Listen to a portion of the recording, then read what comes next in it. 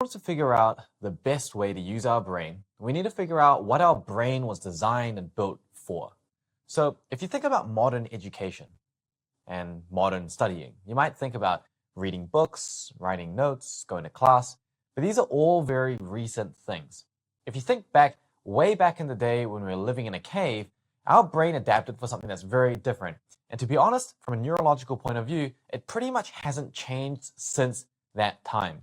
So we've got the same brain that our cave ancestors would have had as well, which means that the way that we study now with books and writing and notes and all of that is something that our brain is very bad at. It's a very artificial way of learning. So let's really look at what it was like for our cave ancestors and what our brain adapted to be really good at. So this is the cave theory of learning.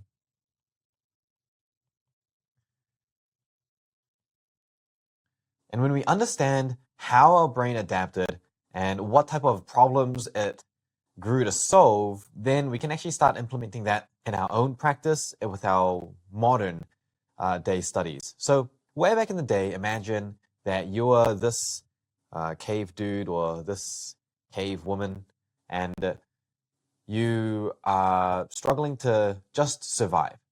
Your main agenda on your items is basically step number 1, stay alive.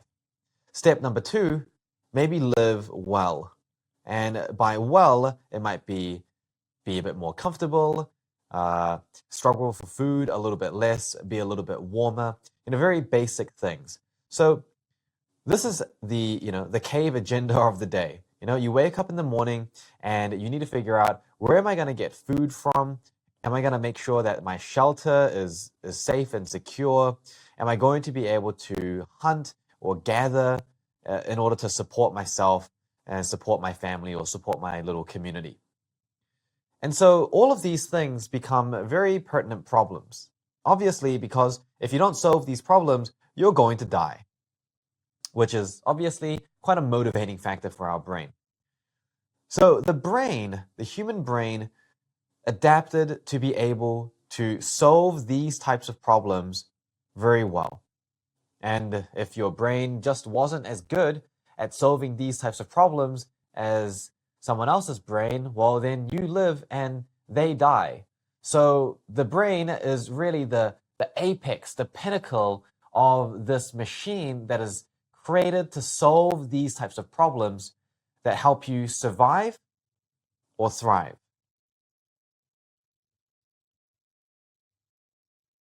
So the cave version of learning didn't involve sitting by the fireplace doing your stone flashcards and giving each other practice quizzes on the right type of berry to pick or the specific angle and momentum that you need to thrust a spear in order to kill a bear that's about to maul your friend.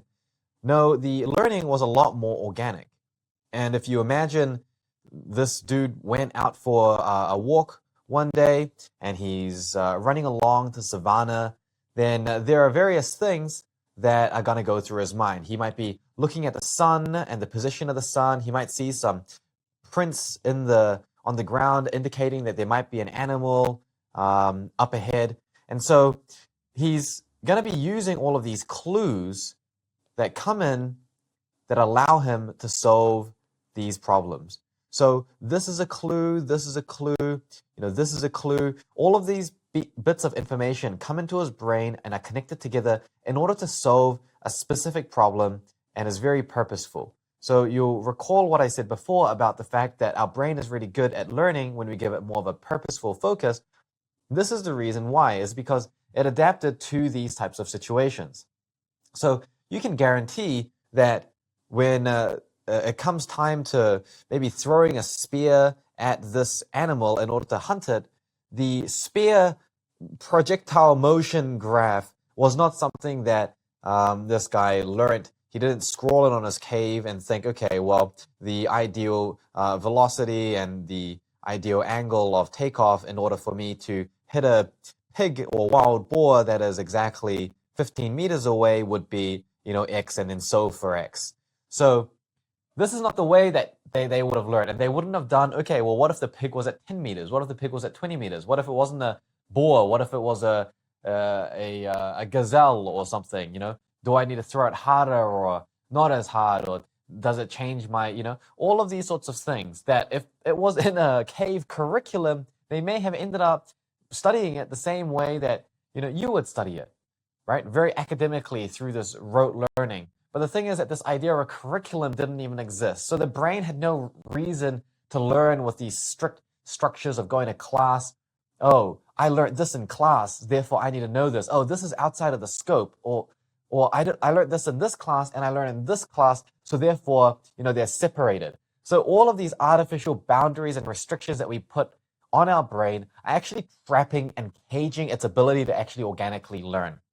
So good learning is actually about allowing our brain simply to just learn the way that it wants to learn, the way that is adapted very finely to be able to learn, rather than trying to force the cube into the triangle hole and make our brain work in a way that it doesn't want to work in and is very bad and inefficient at working at. So keep this in mind, and you're going to see that when we introduce various other techniques, we'll see how it comes back to this cave theory of learning and why learning can be so much more organic and so much more enjoyable and just so much easier, and how all of these techniques consistently come back to this idea that our brain was built to be able to survive and thrive very well and not to just memorize and regurgitate information nonstop.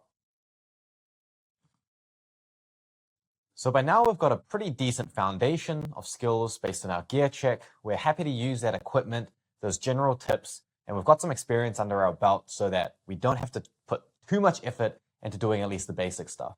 And we also know that we've been underutilizing or misusing the way that our brain wants to work because of the cave theory that we've already covered. So let's move on now to what I think is one of the big open secrets behind studying efficiently. It's one of those fundamental prerequisites in which if you can't do this bit, you're going to be entering into one of those downward spirals that you're not going to be able to pull yourself out of. And that is the topic of retention. And that retention is king. So when I talk about retention, I'm talking about having effectively a good memory, in that when you read something or absorb information, either from class or from someone saying something to you or from you reading it yourself, you are able to hold on to that information and you're able to hold on to it for a very long time without forgetting. And it may seem pretty obvious, but actually there's some important psychology around retention. And it's not just about having a good memory, it's about when you have the good memory. So let me just demonstrate what I mean with this graph here. So I've just stacked two graphs on top of each other. We've got time on the y-axis for both of them. We've got knowledge on the x-axis for both of them as well. So this yellow line here actually represents being exam ready. So it means having enough knowledge so that you are ready for your exam, which is obviously where we want to be. And for the sake of this graph, let's just say that the exam is here. Where this line is, this is when our exam is. So we need to be exam ready at that yellow line by the time we reach this point in time. So let's have a look at someone who doesn't have a very high initial retention with learning. At the beginning, they know nothing about the topic, so their knowledge will be at 0 here. And then they'll learn a little bit in class, and then they'll forget, and they'll revise it a little bit later. They'll remember some of it, they'll learn a little bit more, and then they'll forget that. And then they're learning a little bit more, and they forget that. And then they're really stressing out, and this is where they're just trying to cram. And let's just say for the happy ending of the story that they do just get to the point where they're exam ready. So what are some of the features that we can see of this graph? Okay, first of all, there's a lot of this up and down, up and down. And all of this up and down is basically time that's wasted. It's, if you kind of imagine you're pushing a boulder up a hill, and these are the hills. All this effort to push the boulder up the hill, and yet it rolls all the way down again, which means that this gap, this difference here, this is effectively what you forgot. Again, this is what we ended up forgetting. This is what we ended up forgetting. So we actually end up learning more than the entire amount of topic in just what we forgot. And what I mean is that we forget so much that most of the time is actually spent on just relearning what we forgot rather than actually learning the new information. So let's actually have a look at that a little bit more in detail. So if I were to highlight in red the areas in which we were learning new information, that would be here, and that would be here, that would be here, and that would be here. Compared to the amount of time that was spent just learning stuff, again, that we'd already forgotten, which was all of this time in between here. So, even without me having to draw it out like this for you, I think you already know intuitively that when you're studying, a lot of that time is spent on just relearning stuff. You remember you learned it in class, you've got notes on it, so clearly at a certain point you've spent time on it, yet you still don't actually have that knowledge, you don't have that retained, it's not at a high level, you don't feel ready for the exam. And the worst part about this is that around about here, maybe around here or so, we start getting stressed because our exam is coming up right around the corner, and that's when we start doing this type of cramming type study, and everything is very unstable, and we're pulling out our hair because we just don't feel like we know anything, and the knowledge is just not sticking no matter what we do, and we're getting super frustrated, and we just want to quit, but then we can't, and so we just try harder and harder, and it just feels like it just doesn't stick no matter what we do. And that super frustrating feeling is actually all stemming from the fact that our retention wasn't high at the very beginning, and we're just doing this cycle of relearning. So what is it like when the retention is high to begin with? So what you do if you were studying well is that you do a little bit of pre-study, which teaches you just a little bit, not a lot in terms of the actual amount of knowledge that you gain, but it teaches you some very important frameworks to help you organize the information. And that means that when you're in class, you're actually able to gain a lot more knowledge much faster. And then the way that you learn it, which we will cover very soon, don't worry. If you learn it the right way in class, you'll actually retain that knowledge a lot better. And then when you revise it again after class, maybe at the end of the day, you'll be nearly exam ready, and then your knowledge does not fade very quickly. And then maybe a month later, you revise it again, and you're pretty much exam ready, and you're smooth sailing from there.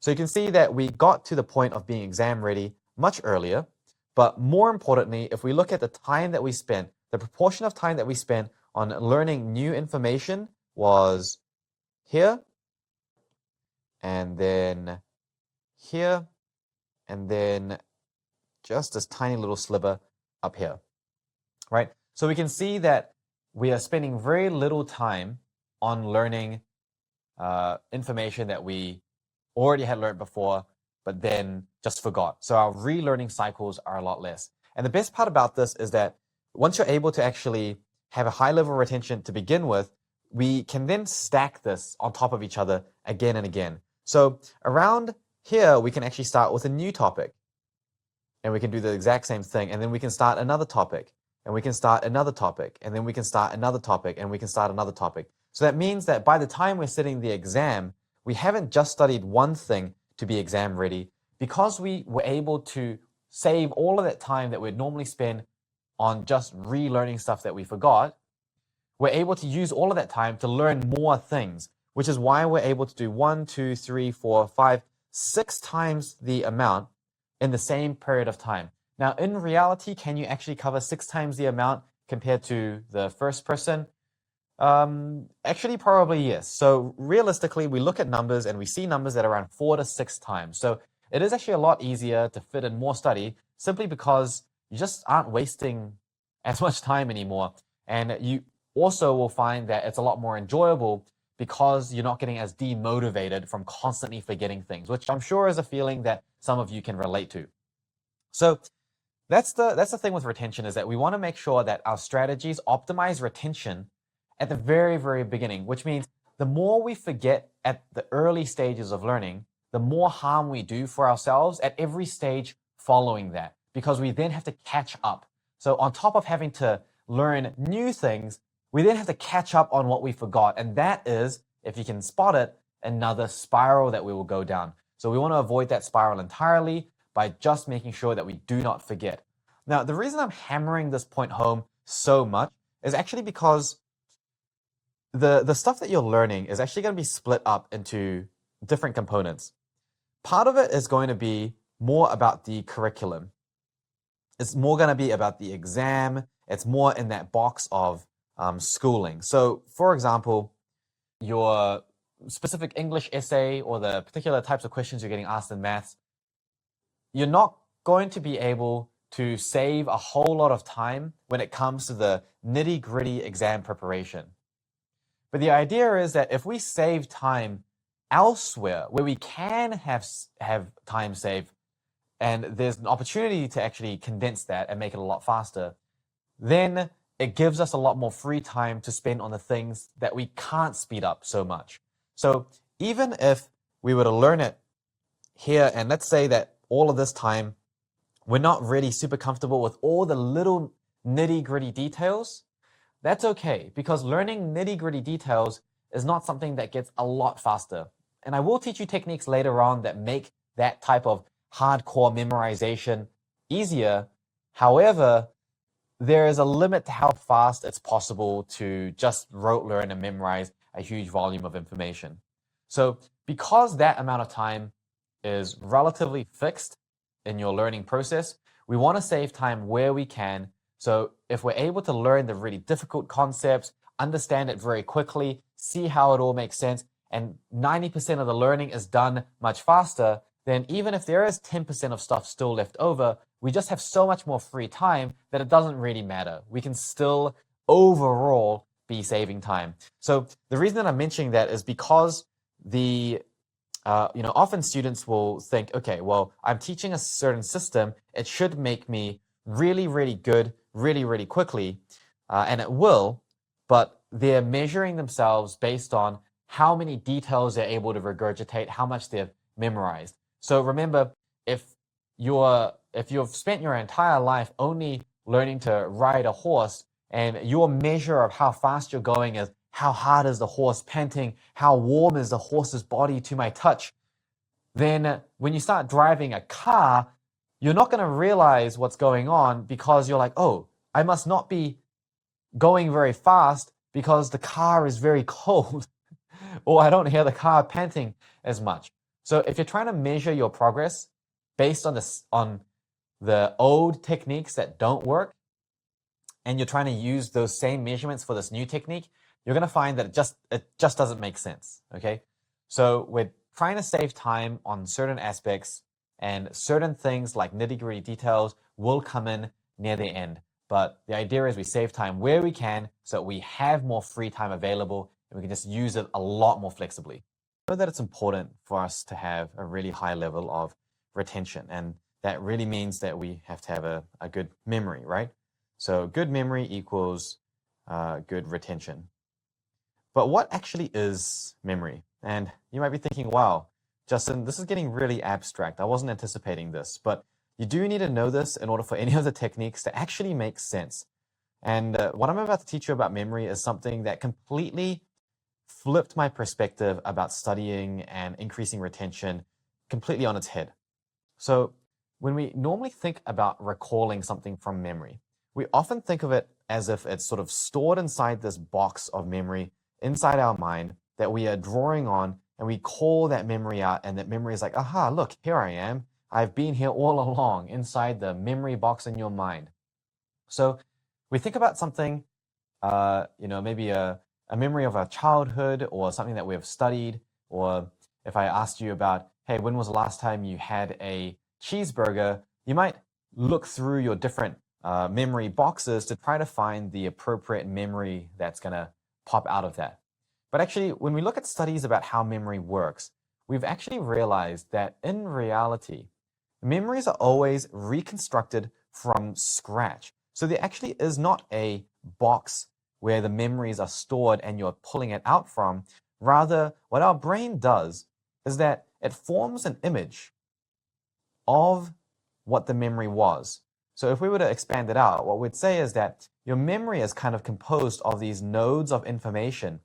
And the nodes of information are kept in your brain by making them related to each other. So it's kind of like saying, look, this thing needs to be in my brain because it's what allows this thing to exist. Well, this is in my brain because it allows this thing to exist, and so on and so forth. So all these bits of knowledge and bits of information actually relate to each other. And so because they relate to each other, your brain says, hey, you know what? This might actually be useful for me in terms of surviving and thriving. Which again, your brain really cares about, because the alternative to not caring about this is that you die. So this is something that your brain thinks is really important. And all the information that we observe, the things that we take in, like if you were to go around and everything that entered into your eyes was immediately stored into your brain directly, as if it was going inside a box, then our brain would just explode, because we'd be hit with so many pieces of information in a single day that we would run out of boxes to put it in. And so our brain needs to know what is actually worth keeping and what do we let go of and forget. And so if it's just a single piece of random information that doesn't seem to have any meaning, like the license plate of a car that you glanced at while you were on the bus, you're not going to remember that, or at least not for very long, because it's not related to anything. There's no meaning. And because it's not related to anything, your brain says, I probably don't need to keep this. It's not going to help me survive or thrive. And therefore, it will bin it and throw it away. So when we recall a memory, what we're actually doing is we're saying, what are all the things that that memory was related to? And then we are stringing those things together in order to create the memory from scratch. We're creating the memory from scratch. And this is why certain memories that were more meaningful to us, like, this is just an example, but this particular memory here is composed of 1, 2, 3, 4, 5 different points of relevance. It impacted you in 5 different ways. And therefore, it's more likely to be memorable. Whereas if there was a memory that impacted you only in a single way, and it only was relevant in a very small way, then chances are that over time, you're going to forget about this. Which is why you've got certain memories in your childhood or growing up that are much more memorable, probably because it impacted you in multiple different ways, it affected you in multiple different ways, or it changed you or had more relevance to other areas of your brain rather than just 1 or 2 isolated points. And the reason that we know this is that it's reconstructed is that we look at people who have certain events that they think are either traumatic or just very memorable for them. And when we ask them years later, they'll often say, yes, I remember that event perfectly. For me, that event was crystal clear. Okay? So for them and in their perspective, the memory of this event is extremely clear and visceral, and they can recall what time it was, where it was raining, the smell in the air, all of these sorts of things. Interestingly enough, what we actually find is that these people, when we compare their memory of the event with the reality of what actually happened, it tends to be very different. And the idea is that every time you think of an event, you are creating the event again. And your brain is not perfect, which means every time you create it, there is a chance of creating an error, making a mistake.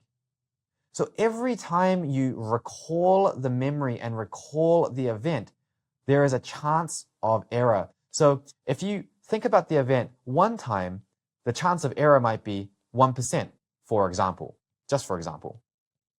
But if you recall the event 100 times, your chance of error, well, it may not be 100%, but it's significantly higher. You've had 100 times as many chances for error to enter into the event. And especially when there's no correction, what happens is that if this line in the middle, this yellow line, represents reality, then every time you recall the event, it gets further and further and further and further from reality. Because each time here, there's more error being introduced.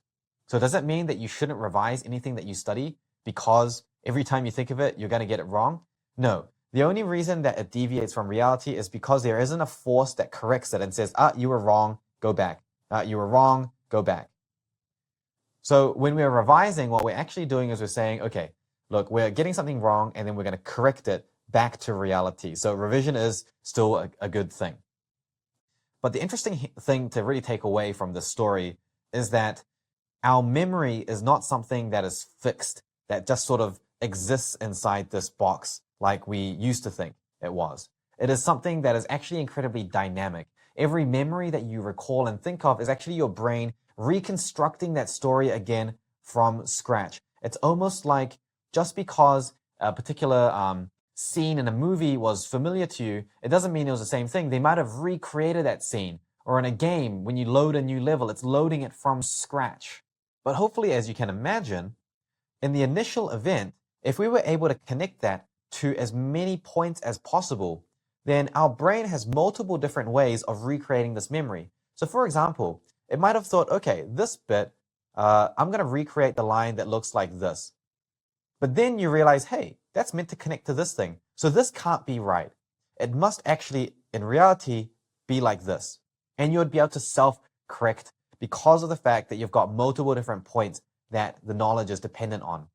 So what we want to do in order to maximize our retention and improve our memory is we want to make it so that we are maximizing the number of things that the memory is related to. And when we increase the amount of things it's related to, our brain gets tricked into thinking that it's necessary for our survival or our ability to thrive, and therefore our retention will also go up, which means obviously we forget less, and that whole positive spiral about how it changes your studying forever. So when memories are recalled more easily because there are more relationships and more points that it's connected to, then our retention becomes higher. So how do we actually do this? How do we do this process of increasing the things that it's related to? Well, let's be really clear about what we mean by the word related to something. In order for something to be related to another thing, we're basically saying that this point here, this particular fact, has a relationship with another point, a relationship. And that's a word that I'm going to be coming back to again and again throughout this course. Let's give some examples of how things can be related to each other in different ways so that you get a better understanding of how broad and specific this idea of relationship actually is. Our brain works in such a way that each piece of information is viewed in relation to other pieces of information. This piece of information only has meaning because of this. This piece of information only has meaning because of this, or this, or this, or this. So it's the network effect that gives meaning. So for example, when we see the words R, A, and then C, it might not mean a whole lot. They're just 3 letters. However, if we arrange them as A, R, C, suddenly it has a definition.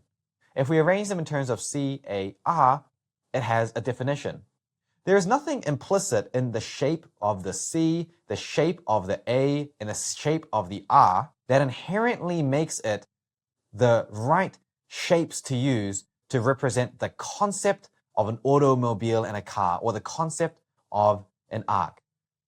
It's simply something that we've just assigned to it. Yet, when we see the letters C, A, R in this order, we know that it means car. So the meaning of C, A, and R in this word is given by their relationship to each other. And if we change this relationship just a little bit, we end up with an entirely different word that has an entirely different meaning. Likewise, if we string a bunch of these words together and we have multiple words put together, so let's say the car traveled in an arc. Now we can say that there is a sentence. And the sentence is only relevant because the words are in relation to each other. If we rearrange the words in the sentence so it says traveled in an arc car, that becomes something that is kind of confusing and potentially means something different. Whereas if we say in arc car in traveled, this now just doesn't make sense at all. So the exact same combination given in a certain structure with certain specific relationships to each other, that allows our brain to assign it meaning.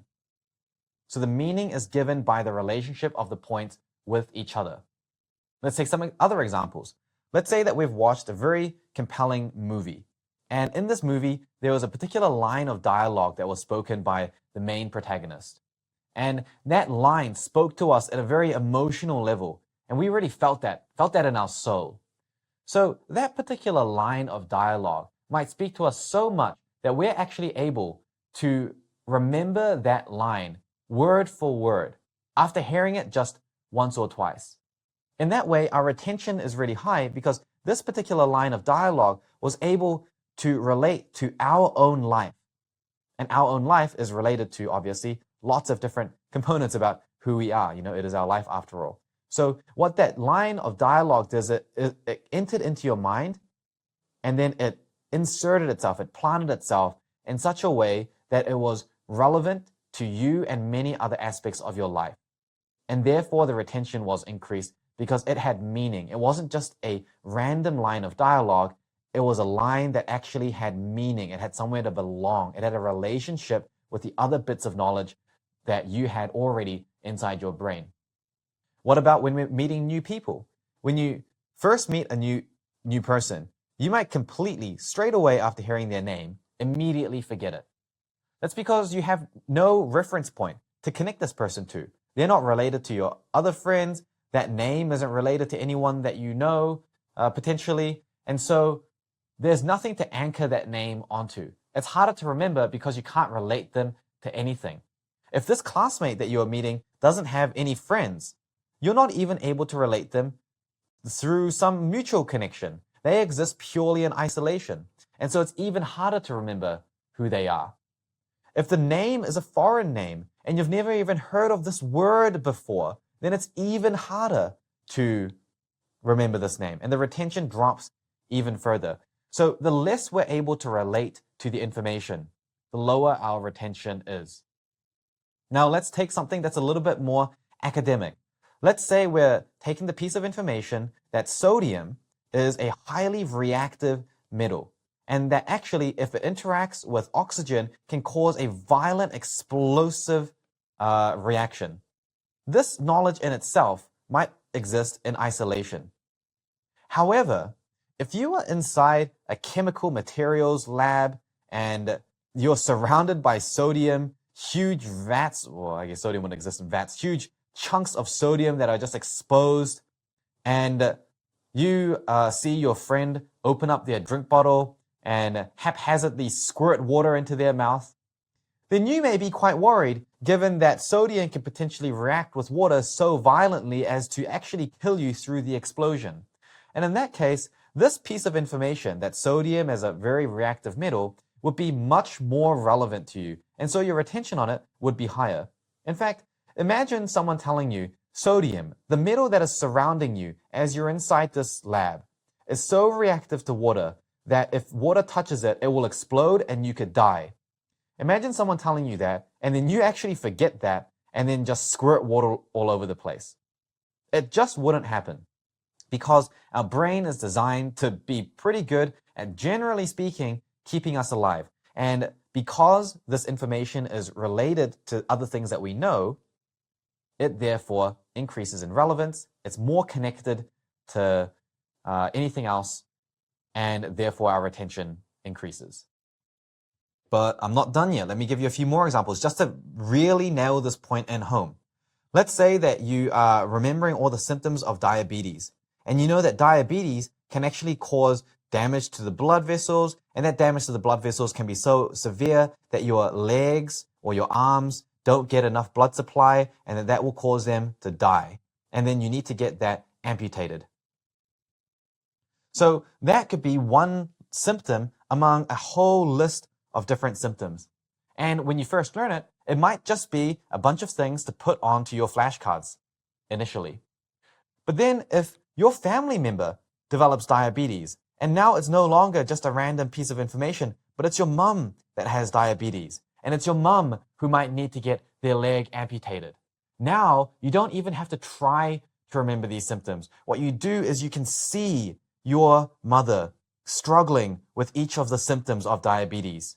You can see them controlling their food and their diet in order to reduce their sugar. You can see them struggling. You can see them rehabilitating after a surgery. There are so many other memories and other points in your mind that you can relate that information to, so that this list of symptoms just becomes highly connected and our retention goes up. And you can imagine that you wouldn't even have to try to memorize the list of symptoms. You would simply be able to just think about what the symptoms are, and it would naturally just occur to you. So now we don't even need to memorize it because we've related the symptoms to our own observations.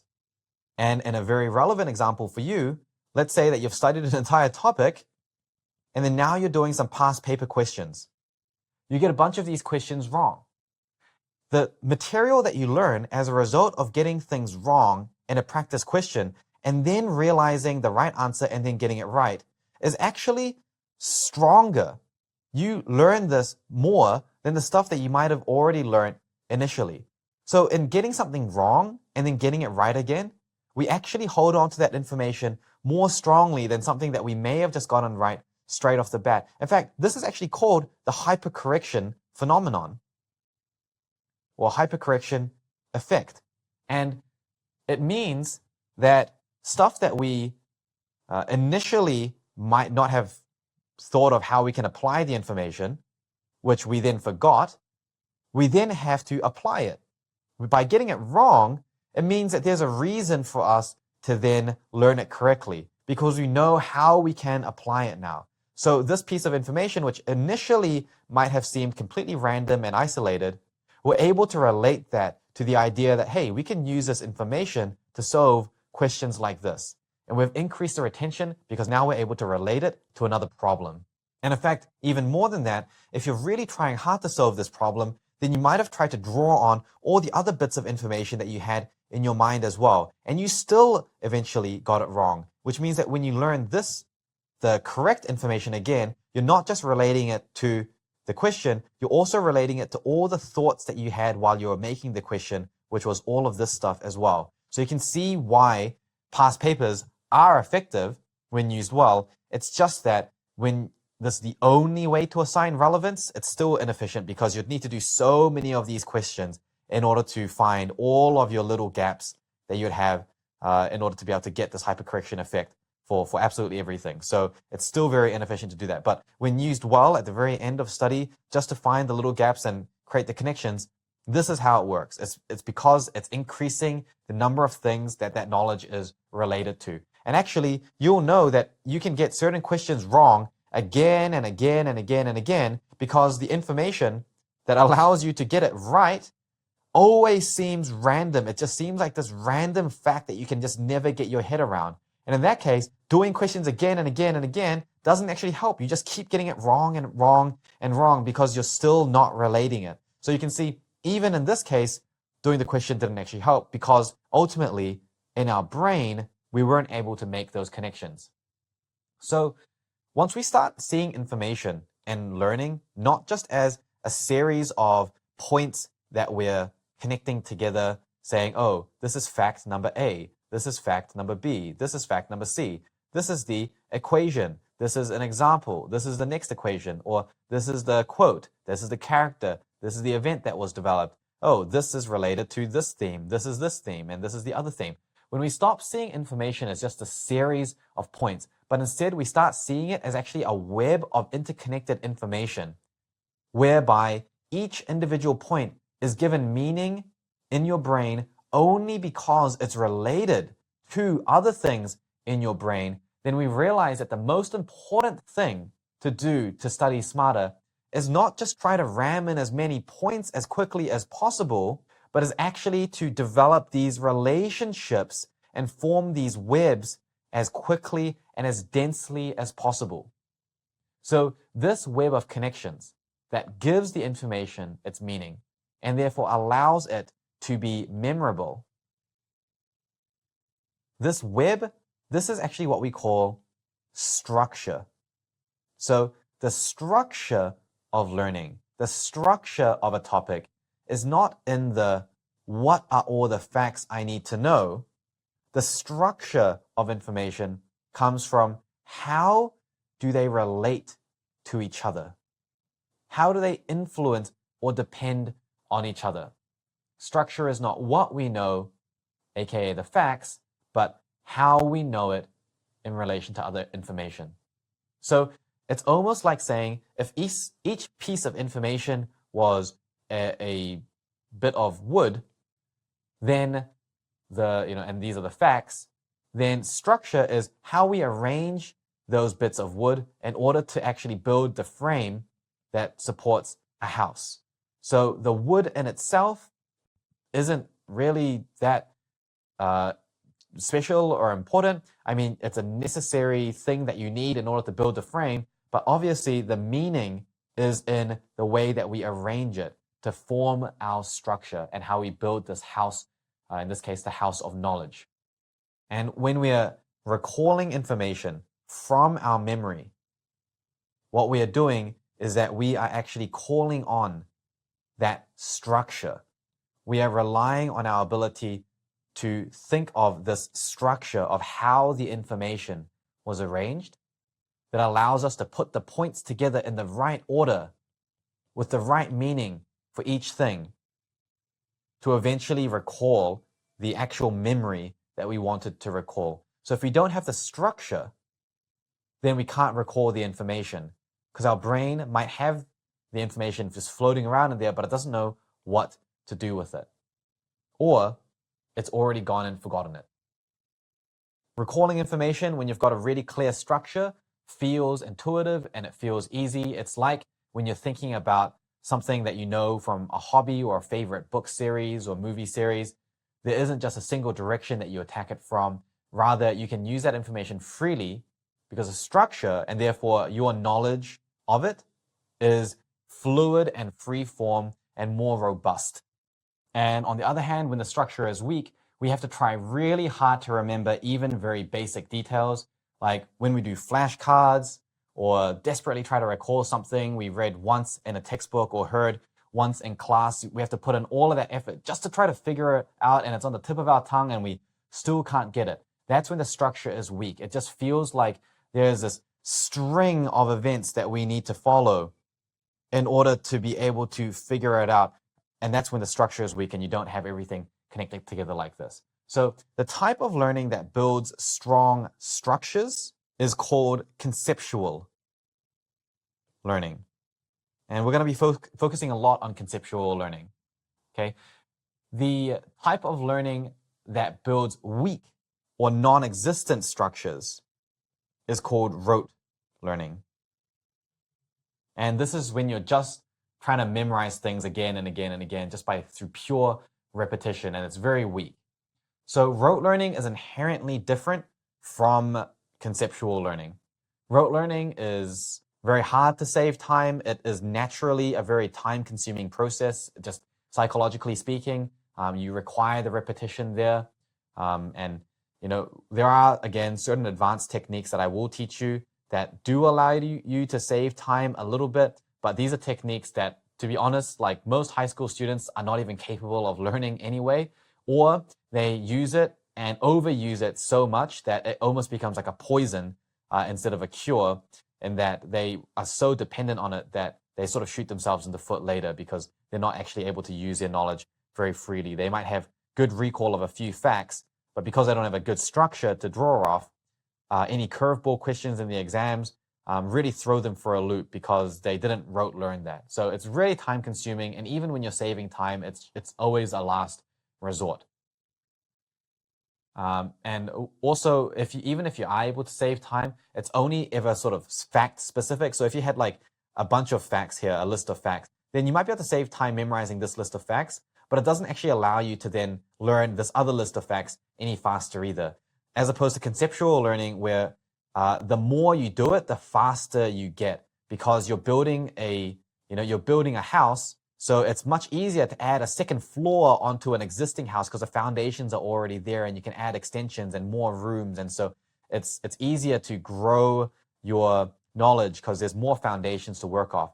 And when you've got all these different connections in your brain and all these things that things are related to, then when you've got a new piece of information, there are so many possibilities that you can draw connections from that it's just much faster to make those connections.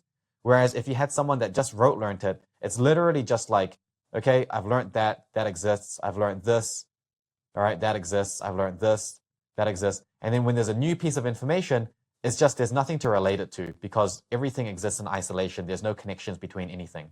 So rote learning is very linear, very time consuming, very hard to save time. Conceptual learning is much faster. It gets faster the more you do it. It makes things easier as you learn more and more.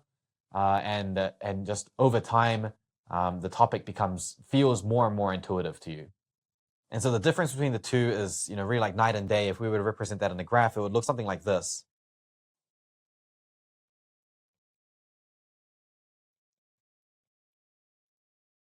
If we have a graph of knowledge versus time, then what we'd see with rote learning is that initially we're learning, it's very linear, there's more and more to learn. So we're able to learn and we're just continuing to memorize. But as I said, memorizing one fact doesn't allow you to learn the next thing faster. So it's just a very steady linear relationship. But then actually what happens is that starts to taper off and it starts to plateau and we hit kind of a limit in terms of our learning. And that's because of the fact that around here, we're actually running out of time. Okay, we actually don't have any time left to spend on memorizing more stuff. So this is when you've got thousands of different flashcards and it's taking you 3 hours just to do your flashcards every single day. You don't have time to make more flashcards. You don't have time to finish the flashcards that you've already made. You're getting half your flashcards wrong. It's starting to accumulate more and more. And then over time, what actually happens is that your learning actually ends up going down because you just get burnt out completely and you're just completely overwhelmed. So this is an example of one of those spirals that I talked about. You're initially doing relatively, I guess, kind of okay, and that you are learning. It's just that you're learning very linearly, and eventually it's just not sustainable. So this point in time where it starts to really become a very bad idea to learn this way, it depends on how difficult the degree or the program is or the subjects are. In some situations, especially for really academic courses, this comes very, very early. Like within the first 1 to 2 weeks, there will be people that already are not sustainable with using their flashcards or this rote learning technique. So in the earlier years of high school, it doesn't matter so much because there's just not as much content. But over time, when the material becomes a lot more challenging, this limit is approached very, very quickly. So as a personal example, when I was going through medical school, I'd probably have reached this point within the first 2 or 3 days of university because of the fact that there's just so much content to cover that it's just impossible to learn it this way. If you were to learn it this way, in the first week, you'd have like 2,000 flashcards to go through, and it's just, you wouldn't even try to do it that way because it's just so clearly impossible. So on the other hand, when you're learning through conceptual learning, initially it's a little bit slower because you're taking your time to figure things out. But as you figure out more and more, you're able to make connections faster and faster and faster. And so actually it becomes easier to make more connections. And occasionally maybe there's a difficult concept that you need to think about for a little bit more. But then when you break through, you can continue that trajectory onwards. And so you're able to reach the required level of knowledge, number one, a lot earlier, but also with a lot less effort. And you don't risk this bad burnout period here. And obviously, you can also see that the slope is increasing over time, showing that actually the topic gets easier the more you do it. So it actually, if you were to continue this line across, 3 years of the student's life, going all the way through high school, maybe even through university, you'd actually find that it would do something like this, whereas this person would actually do something like this. And this gap would actually be much, much wider as time goes on. In fact, actually, maybe already you can think of people that are in your class that are over here while you're struggling over here. But don't worry, because if you learn the right technique, you can always turn things around and start your rise as well and narrow that gap. Or maybe you're the other way around. Maybe you're already learning like this, and so you can see how much further ahead you are compared to other people, in which case the techniques that I teach you in this course will allow you to do this even faster and widen that gap even more. So that's the summary of memory and the idea of retention and why it's so important to realize that having a good memory is about increasing the number of things that your brain is relating to. It's not about just cramming in as much information as possible and just revising it again and again and again, hoping the retention is high It's actually about fundamentally shifting our perspective away from just knowledge and shifting our perspective towards really valuing the structure and relationship, because time spent on learning this saves time on every other step after this by folds. We fundamentally understand now how memory works. And we realize that in order for something to be well retained, we need to have a high number of connections going to and from it. So how is it that we actually increase the number of connections going to and from any individual point? How do we actually increase the number of relationships for information? The thing is that our brain isn't so smart as to be able to take information in and straight away know that it should relate things to it. And just because we want to create more relationships and we put in more effort and intention to make relationships, you'll find pretty quickly that you need to know exactly what to do and how to think in order for the relationships to be formed. Simply trying to make more relationships doesn't actually mean that our brain will then start to suddenly make more relationships.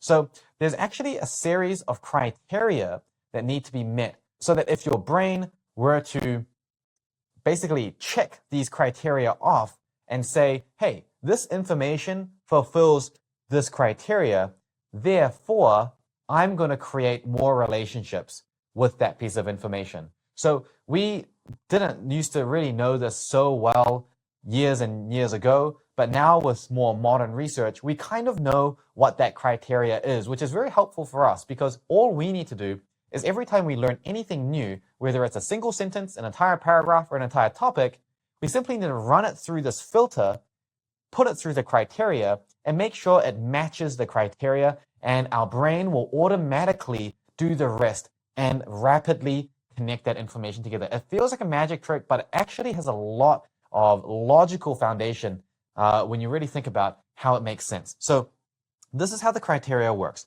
Remember before I said with the cave theory that our brain's main purpose is to solve problems in order for us to survive and thrive. So as long as it helps us survive and thrive, or as long as we're able to trick our brain into thinking that learning this equation for our next maths exam is going to help us survive and thrive, our brain doesn't know any better. Now, we do need to make sure it does tick this criteria because, again, based on the cave theory, back in the day, food was very scarce. And that means calories are scarce. And what is one of the most energy and calorie consuming organs in your body? That's right, it's the brain. And it takes a lot of energy to hold on to information and just retain everything. Like I said before, if you were to remember every single thing that is bombarding your brain every single day, your brain would just explode. So it doesn't do that. Because there is such a high cost of holding on to information, your brain is extremely good at forgetting. And it's like a regular, very OCD cleaning person. It will occasionally just sort of sweep through all the memories that you have, and if it's not related to anything, it'll say, okay, don't need to keep that, that's not worth the energy. And you might be thinking, no, don't throw that away, I need that for my trigonometry exam. But your brain is saying, this piece of trigonometry knowledge is not related to anything else in your brain. So therefore, it must not be very important. And so it will throw it away. And then you will say, don't throw it away, I need it for my exam. And your brain will say, why is it important? And then you will say, honestly, I'm not really sure. And that's why your brain throws it away, because even you don't know why it's important. So we trick the brain into holding on to information. When it's about to throw it away, we say, no. This piece of information is related to all of this other stuff. And your brain goes, oh, look, that must be very important. Look, I'm sorry. I didn't mean to try to throw that away. You hold on to that. We're going to retain that. Let's put it somewhere else. And we get that sweet sleep-dependent memory consolidation where we're then able to use that information and answer problems. And then our retention goes up. So because our brain is an incredibly efficient, frustratingly efficient, in fact, forgetting machine, we need to very rapidly make these connections by fulfilling the following criteria. And actually, there's really only two things it needs to fulfill. The first is that it actually needs to solve a problem. And the second thing is that it needs to be connected, or in some way, we need to be able to find a pattern. So solving a problem and finding a pattern. When I say solving a problem, it doesn't really matter so much what problem it's solving.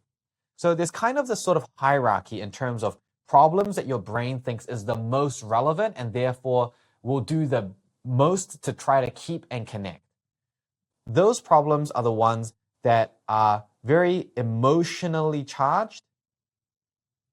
These are the ones that are very personally relevant and the ones that we are the most curious about.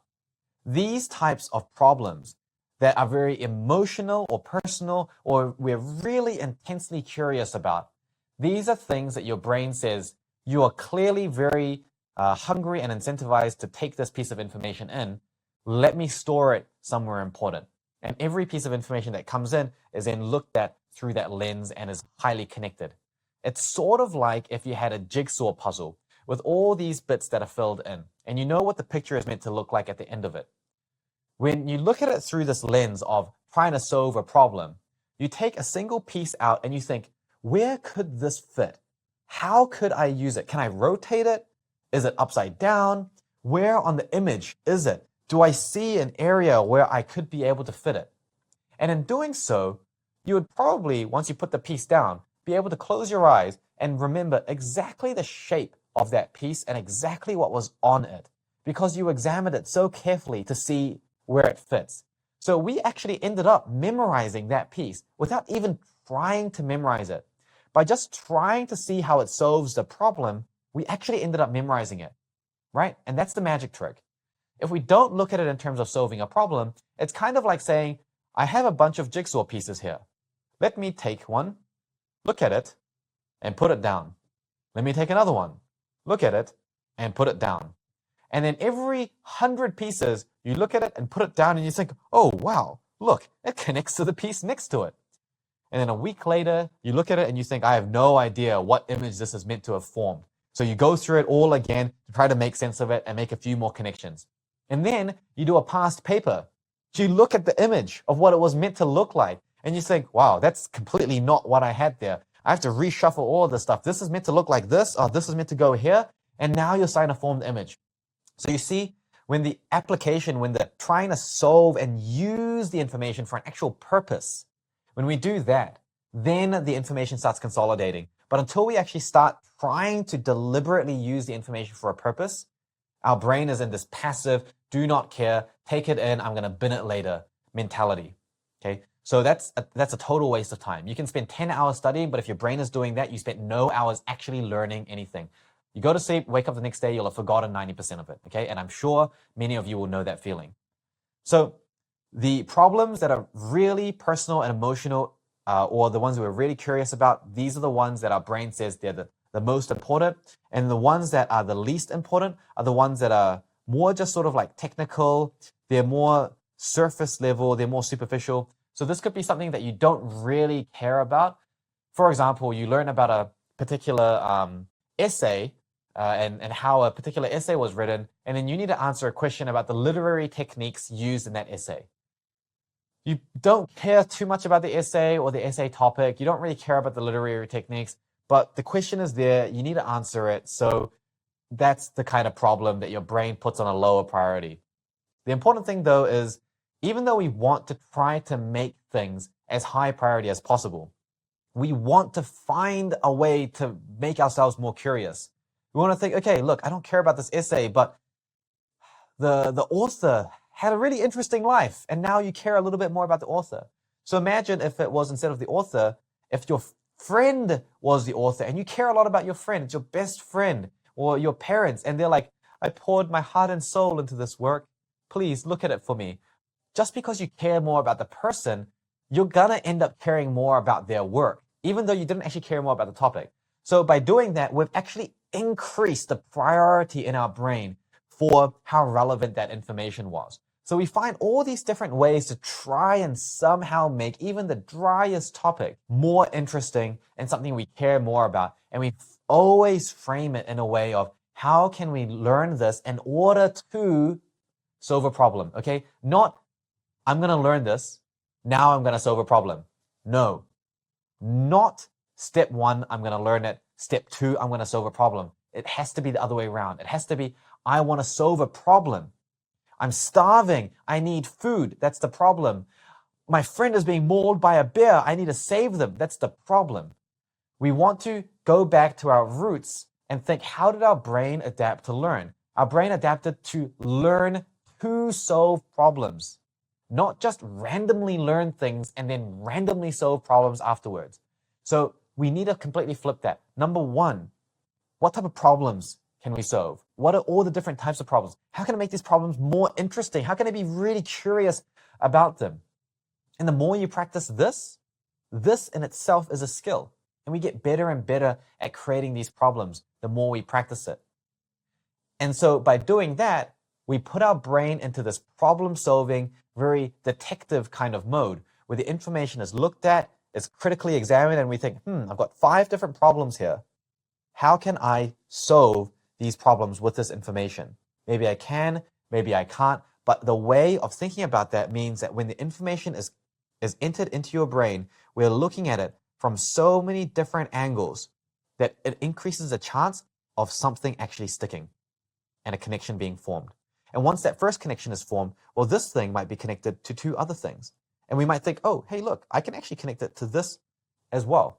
And we learn another piece of information. And again, we hit it from all these different angles. How can I solve this question, number 1? Question number 2, question number 3. How do I solve these 3 questions using this piece of information? Hey, maybe I can't, but actually, you know what? I can actually use this to solve question number 4 from the previous one. And you might form a new connection there. And oh, look, now I can actually connect it like this as well. So you can see each piece of information falls into the web. It's connected as we go, rather than dump all the information and just like sift through it very limply and then just see what ends up connecting kind of blindly. It's almost just like rummaging your hands through a puzzle box and then somehow 2 of the pieces match together and you're like, I've solved it. And you look at it and it's like, it's not even meant to be fit. You just kind of like rammed it together. So we want to be pretty intentional with the way that we're learning. And we want to say, okay, number 1, step 1 is I want to have that really clear idea of what the problem is. And then once I feel curious to learn about it, then I can go through and start taking in some more of that information. So that's the first thing. And we're going to go through some techniques that really break this step down into step by step exactly what you need to do to activate this mentality. So don't worry about the exact technique quite yet. Just remember, this is the purpose. If you don't know this purpose, you can use the technique and be totally off. You need to have this purpose in mind so that when you're using the technique, you know whether you're doing it right or wrong, because you know whether you're intending it to have this purpose or an entirely different purpose. If you use the technique I teach you for the purpose of just trying to learn things through repetition, you clearly don't have the right mentality behind it. So you're not going to find benefit in the technique. We need to know why we're doing something for the thing to actually make sense. So that was the first aspect. We need to be able to frame things so that it solves a problem. That's the first checklist in our brain. If our brain says, hey, this information helps us solve a problem, our retention shoots through the roof. The second thing is, even if it doesn't solve a problem, if it fits into a pattern, our brain is really smart in that it says, hey, I don't know why this is relevant, but the fact that I can create a pattern using this with so many other things makes me think there might be a use for this. Okay? So it's like if you're going out there and you see a certain berry and you think, this berry, although I've never seen it before, has all the features of every other poisonous berry that I've ever seen before. I think this berry is probably poisonous. You don't know it for a fact, but that's what your brain is doing to protect you and keep you safe. It's saying that, hey, I haven't hunted in this spot before, but based on the trees and the type of plants that are here and the water and the environment and how this geography looks, I'm pretty sure this fits the pattern of all the other places that I know are great hunting grounds. So you would invest energy and time into hunting there and get you some food. So it's this really, really smart way of using patterns to say there's probably a problem we can solve using this, even if we don't actually know that there's a problem. And the human ability to find patterns is phenomenal. This is why you can look at the clouds. In fact, you can look at pretty much anything that has texture and find a face in it. Our ability to detect faces is extremely well developed. In fact, actually, a lot of animals have very good facial detection.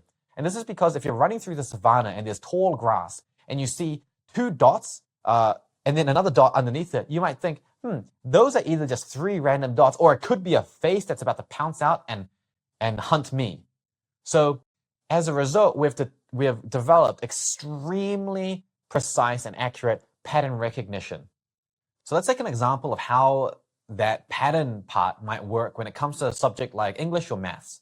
So let's say that you're studying about a certain text in English, maybe a novel.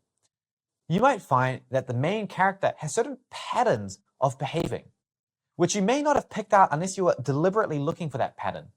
That pattern might allow you to make sense of the theme a little bit more easily. It might allow you, when you're doing the essay, to discuss it a lot more fluidly because you know it all belongs together rather than just being multiple different bits on a list. Or it might just help you remember a particular action because you'd say, oh, that action, although it happened in a different chapter, is very much the same pattern as the previous action that he did, or it's in contrast to that. And so by creating these patterns, it means that our brain will just hold on to it more easily.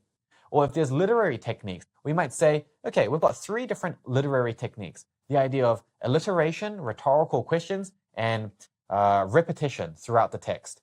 What are the common features between these three techniques, which will allow you to understand the literary techniques to a deeper level, and also your brain will just hold on to that because it's created a pattern between the three.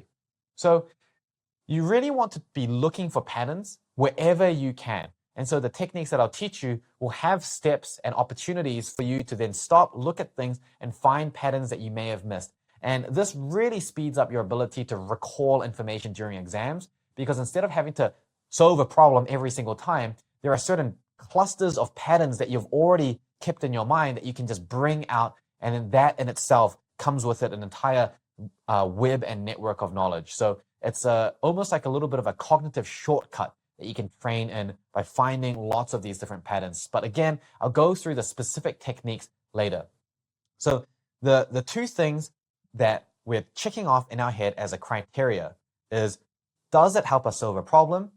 And does it fit into, or can we find some kind of pattern out of this? It doesn't even really matter what kind of pattern, it's just some kind of pattern. And you might have multiple patterns for the same piece of information, all overlapping in different ways, okay? And again, we actually know that when we learn in this way, it actually works. We already know that intuitively. So have you ever sort of gone to the fridge because you were hungry or looking for something, and by the time you're in the kitchen and you open the fridge, you forgot why you were there? That's probably because you weren't specifically trying to solve a particular problem. You might have just been bored and gone to the fridge, and you open the fridge and you're looking into it, and now that there's a problem to solve, as in, what am I going to take out of the fridge? You realize that you actually have no idea why you're even standing in front of the fridge. So you end up opening the fridge door, looking at it blankly, closing the fridge door, and then going back to do what you were doing. So that's an example of how we haven't used this mentality, and so we are completely intentionless in our action, and our brain is in a completely passive state. So we don't want that blank fridge opening thing to be blank book opening, looking at it, gliding through the material, being very passive, closing the book, feeling great because we studied for 5 hours, going the next day, trying to solve a practice question and thinking, wait, did I even learn this? And then you look through it and you think, I remember reading this exact passage yesterday. Why did I not remember it? It's because you didn't read it for a purpose. And then on the other hand, we can see the positive effect of doing this when there's a problem that you really need to solve. Maybe it's a problem with your life, your relationship with your family, or a loved one. Maybe a pet is sick, or you've got some kind of personal problem. And you're really thinking about this, and you're in your room and you're trying to solve this problem really, really intently.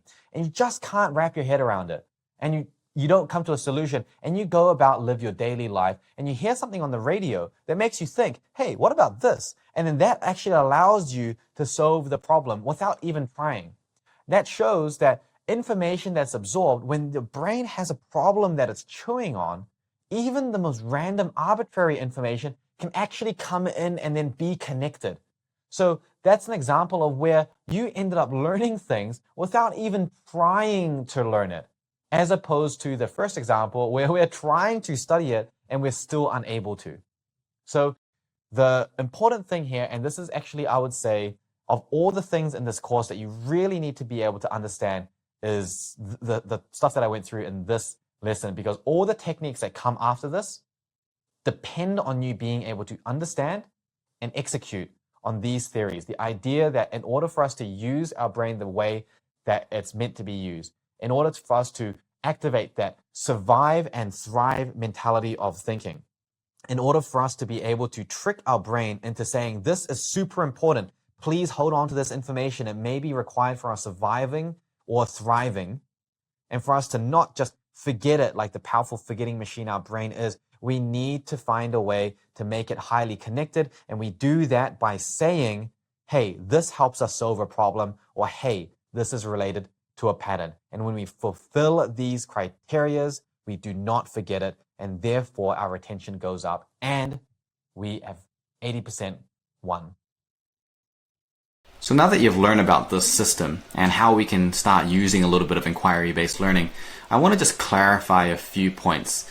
This video is actually being made in the future from the video that you saw above, introducing you to the ideas of inquiry-based learning principles and how we can actually start using them.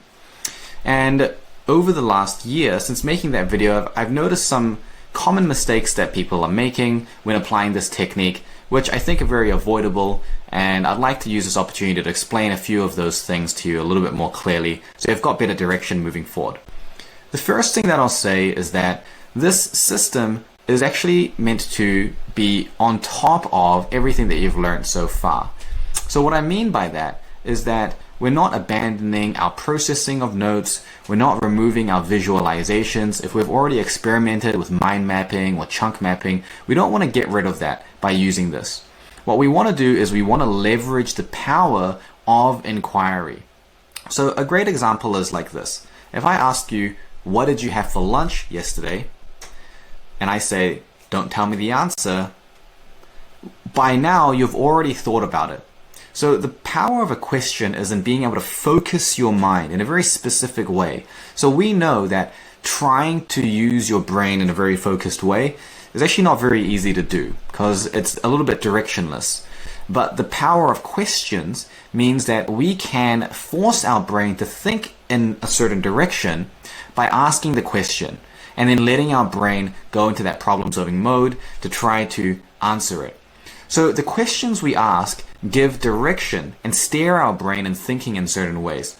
So what we want to do with these inquiries is we want to steer our brain into the things that our brain is most curious about, that it's going to want to know the most, and importantly, the ways that we can chunk the information, the trends, the similarities, the differences between the different concepts. We're going to ask questions about each concept, about its importance, about how it works, about its real-world applications, about any other question that you might be curious about. And what we want to do is we want to leave these questions relatively open. We want to leave these questions relatively open so that our brain has the ability to take that, look at the information that you've got in your textbook or your lecture slides or whatever you're learning from, and then take that information and focus in on it to find these answers. And in doing so, we'll be able to find these similarities and trends. We'll be able to chunk the information more. We'll be able to create more relationships between the ideas, and we're going to start building a better organizational schema. In the later stages, we're going to take that base ability and we're going to refine it and clean it up even more so that your chunks are better, your relationships are cleaner and more well prioritized, and we're engaging even more of that higher order learning and driving that quality up. But the first step is we need to get used to the idea of using questioning to focus our brain on something. Now at this point, I'll bring in a common mistake that I see people often doing, and you'll see this when you look at the Spot the Issues challenges for people that are using this technique as well, is the question answer approach being linearized. So when we ask a question, we have all these different possible answers that we can pick from, and that is engaging higher order learning. because there are multiple concepts, multiple relationships, and we're now having to figure out how does it fit together, how do I represent this, how do I chunk it, how do I visualize and process it. These are all very difficult things to do, and this is increasing your intrinsic cognitive load. So you will feel that this is challenging, it's difficult, potentially very time consuming when you're first doing it, and all of those things will get easier and it will get faster.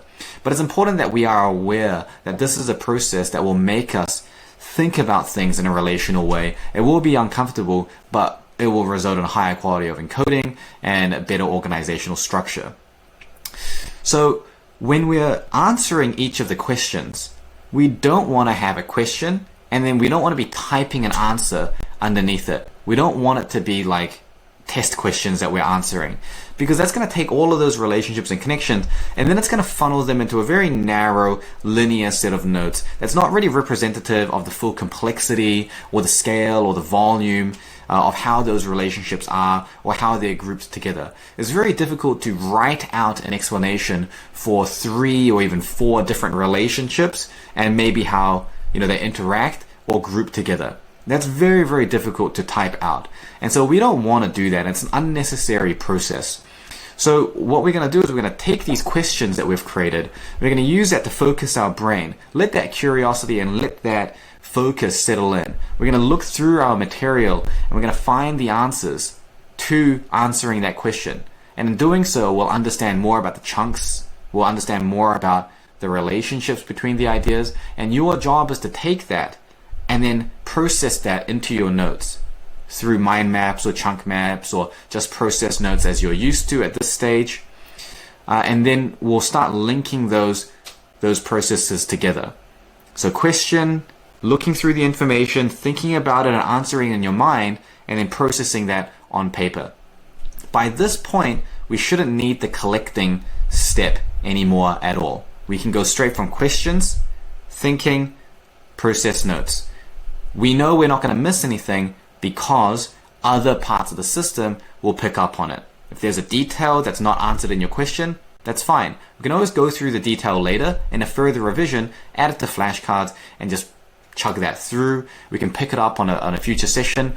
That's okay. That's fine. What we don't want is we don't want to slow ourselves down right now by being inundated with all of that detail and slowed down and weighed down by that detail, when actually what's most important is building that basic cognitive scaffold and structure to the information, which is going to allow us to encode it more efficiently. So don't do the question answer approach. Question, thinking, processing it straight out, and have your list of questions, have your process notes, and then make sure that you're submitting that for feedback, asking your peers on the Discord, things like that, to make sure that you're getting proper feedback on it. And at this point also, I'd like to remind you to make sure that you're really diligent with your COBES experiential cycle. A lot of people will find that they're getting a little bit lazy with that. Starting from this point onwards, up until maybe the next 2 stages, Ascent 1 and end of Ascent 2, this is one of the most difficult parts of the entire course, because for most people it represents a complete perspective shift and actively controlling the encoding process and taking charge of their cognitive load, which is an incredibly complicated, incredibly difficult process when you're sort of deviating away. At this point, we need that engine that's going to make every attempt a little bit better than the previous attempt, and it's going to be difficult to make those improvements without the COBE cycle. You can easily do this again and again and put in dozens of hours of practice into this technique and still not find that it's effective if we're not looking for each marginal gain that we can get through each cycle of COBES. So make sure that we're focusing on the COBES, and then use the traffic light system and get familiar with using these parts of inquiry-based learning to actually facilitate chunking, cognitive load, relationships, and then finally representing that in your process notes. And once you're comfortable with that, we'll take that into Ascent 1 and the Ascent stages, where we'll clean and refine that technique, make it much more efficient, you'll get more comfortable with it, and by the end of the Ascent stages, you'll be in a position where your encoding ability is incredibly strong, and we can look at other efficiency improvements.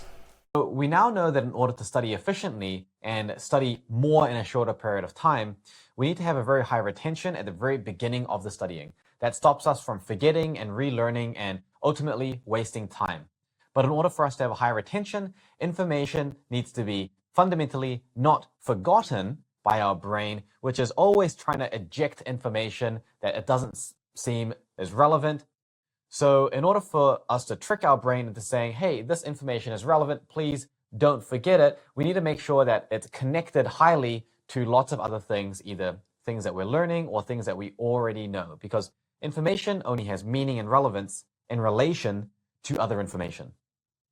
So in order to trick our brain into saying, hey, this is highly related, and make it create those relationships, we look at information through two different lenses. The first lens was that of a problem-solving lens, and the second lens was that of a pattern finding or pattern creation lens. And when we look at it through these two different lenses, then our brain is activated into a problem-solving, survive or thrive mentality, which is the way that our brain has highly adapted to learn very efficiently in. So when we have that survival thrive mentality, it means our brain is more willing to connect information as we're learning it, because we're not just passively taking things in. And the way that that kind of looks is that instead of having food in front of you and then overeating and becoming obese because you just can't control yourself and you just eat whatever's given in front of you, and then you struggle to digest it, and then you get really full, and then you like try to vomit, and then you're like, you've got a tummy ache, and then in the exam you're just like regurgitating. So when people say that, they're just learning and then regurgitating, for some people that's truly the case, because they're not properly eating what they're actually hungry for. They're just eating whatever is given to them in front of them. But when we say, hey, I have a problem to solve first and foremost, and then we learn in that specific order, then we're saying, hey, I'm hungry, so I want to eat this, not just, hey, look, there's food, let me eat all of it, and then afterwards trying to figure out a way to kind of just digest it all, which is just a big mess. So this whole idea behind creating problems, creating curiosity, and then letting the curiosity dictate what we consume and how we think about it, and that whole process of learning, it actually has its own name. And it's a very rising, growing field in the learning research, and this is called inquiry-based learning. Inquiry-based learning, or sometimes called inquiry learning models or inquiry learning frameworks. So inquiry-based learning is exactly as it sounds like. We're starting with inquiry. So we're basing our entire learning on a process of inquiry. So we don't actually have to just do this for one whole topic where we're saying, these are all the questions for this topic, and then I go to learn it. We can actually break it down even more. We can say, okay, this is the whole topic. What are the questions that I have, the things that I'm curious about, the questions and problems that I can create? Once we have a few of those questions, and again, they don't have to be the best questions, they just have to be something that you feel relatively interested in, and the higher you can get it on that priority of problems, the better. But if you aren't able to create a question that is super emotional or something that you're intensely curious about, then even something that's just like an example past paper question that you've taken inspiration from, or some variation of that, it doesn't really matter so much. But we start off with a certain prompt, and then because we're interested to know about the answer to that, we then go to find the answer in whatever we're reading. And because of the fact that we're learning in order to answer the problem, you will find that the retention of whatever you read is straight away higher. Now later we'll learn how we can actually pair this with an incredibly efficient note-taking system, so we're not spending all of our time writing notes. But for now, we can actually just focus on doing this and getting this step right.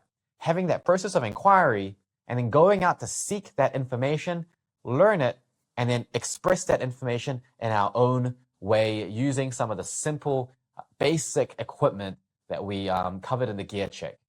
Now, once we've answered our initial set of questions, we can then create more questions, because now we've got more to work with.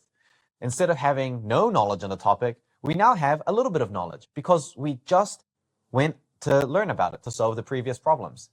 So because we've got more to work with, we have more questions we can create. And then we can go and answer those. And then we can create more questions. So it's this constant process of questioning, thinking about what we want to know, then going out to take that information in and then thinking about, where do I want to take my learning next? What's the next thing that I want to know? And this means that our learning is much more intentional and you're letting your brain decide what to learn in what order. And by doing this, we're actually allowing our brain to dictate the flow of learning, and therefore, when we learn it, it actually makes a lot more sense because we literally did it in the order in which our brain said, this is going to make the most sense.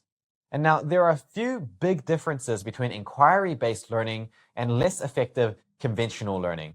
The main difference is that conventional learning has a lot of overeating, in that you spend a lot of time studying material just because it's there to be studied, and you just take it in and sort of shovel it into your brain.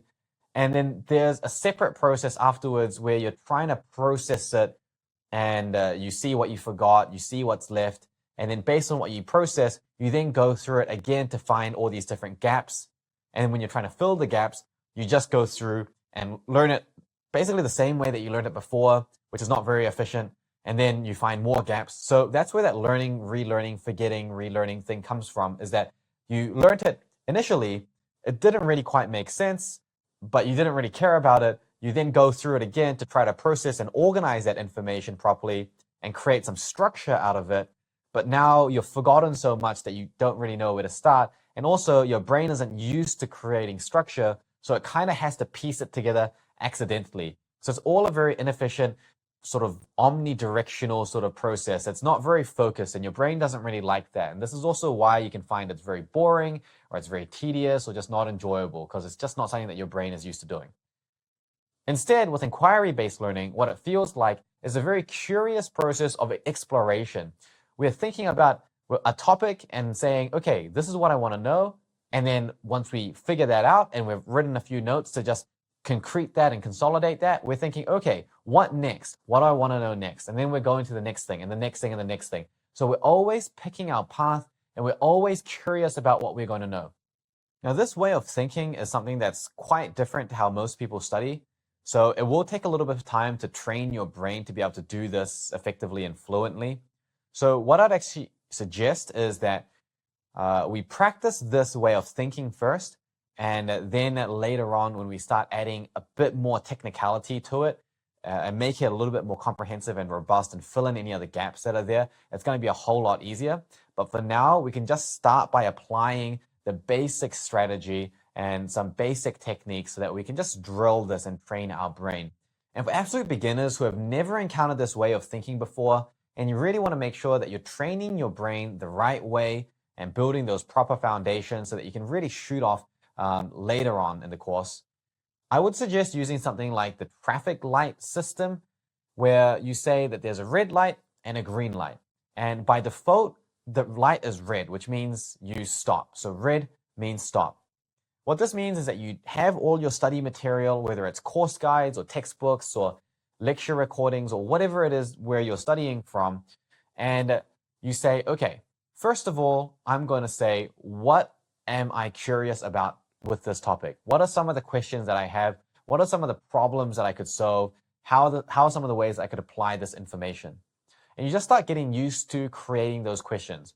A lot of students really, really struggle with just creating questions. But the thing is, you get better at creating questions the more you do that, and you'll have plenty of time to get feedback throughout this course.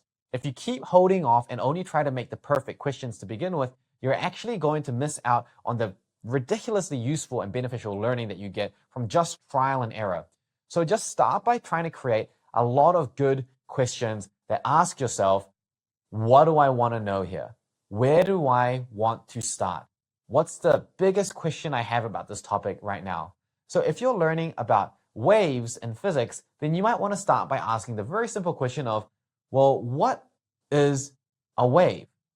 And that's a very reasonable question. And the next question you might ask is, how can I use waves? Or why do I need to know about waves? So we're calibrating our sense of being in tune to our own curiosity. And this, again, is another skill that we really want to develop. So the traffic light system is great for that. So on the red light, we create these questions, things that we're curious about, creating curiosity. And there's always a way to make any subject relevant to you in some way. It's just the skill of being able to do that. And it gets easier over time. Once you've got those questions, that is your indicator that you've turned the light green. So when you've got things that you're curious to learn about, then you have made the light green. And that means that you can go and answer those questions. Those questions that you've just created, you can go and answer those questions. And in doing so, you're now going to be able to learn, and you can use those basic note-taking techniques that we've covered before, and you can learn the information in a really organic way. Don't worry too much about how similar or different it is to your previous way of learning. Just do whatever feels comfortable for you. But remember, your purpose is to answer those questions, not just get sucked into reading everything that's there in front of you and struggling to digest afterwards. We don't want to overeat. We just want to eat what we're hungry for, which is what those questions were. Once we've learned what is a wave and why do we need to know about it, then we've answered our questions. So the light is red again because there's nothing we're curious about anymore. So we want to stop, we want to sit back, and we want to ask ourselves, what now? What am I curious about now? You might have read that the next heading in your course guide was to do with diffraction. And so you might say, okay, diffraction. What is diffraction? And how is that relevant to waves?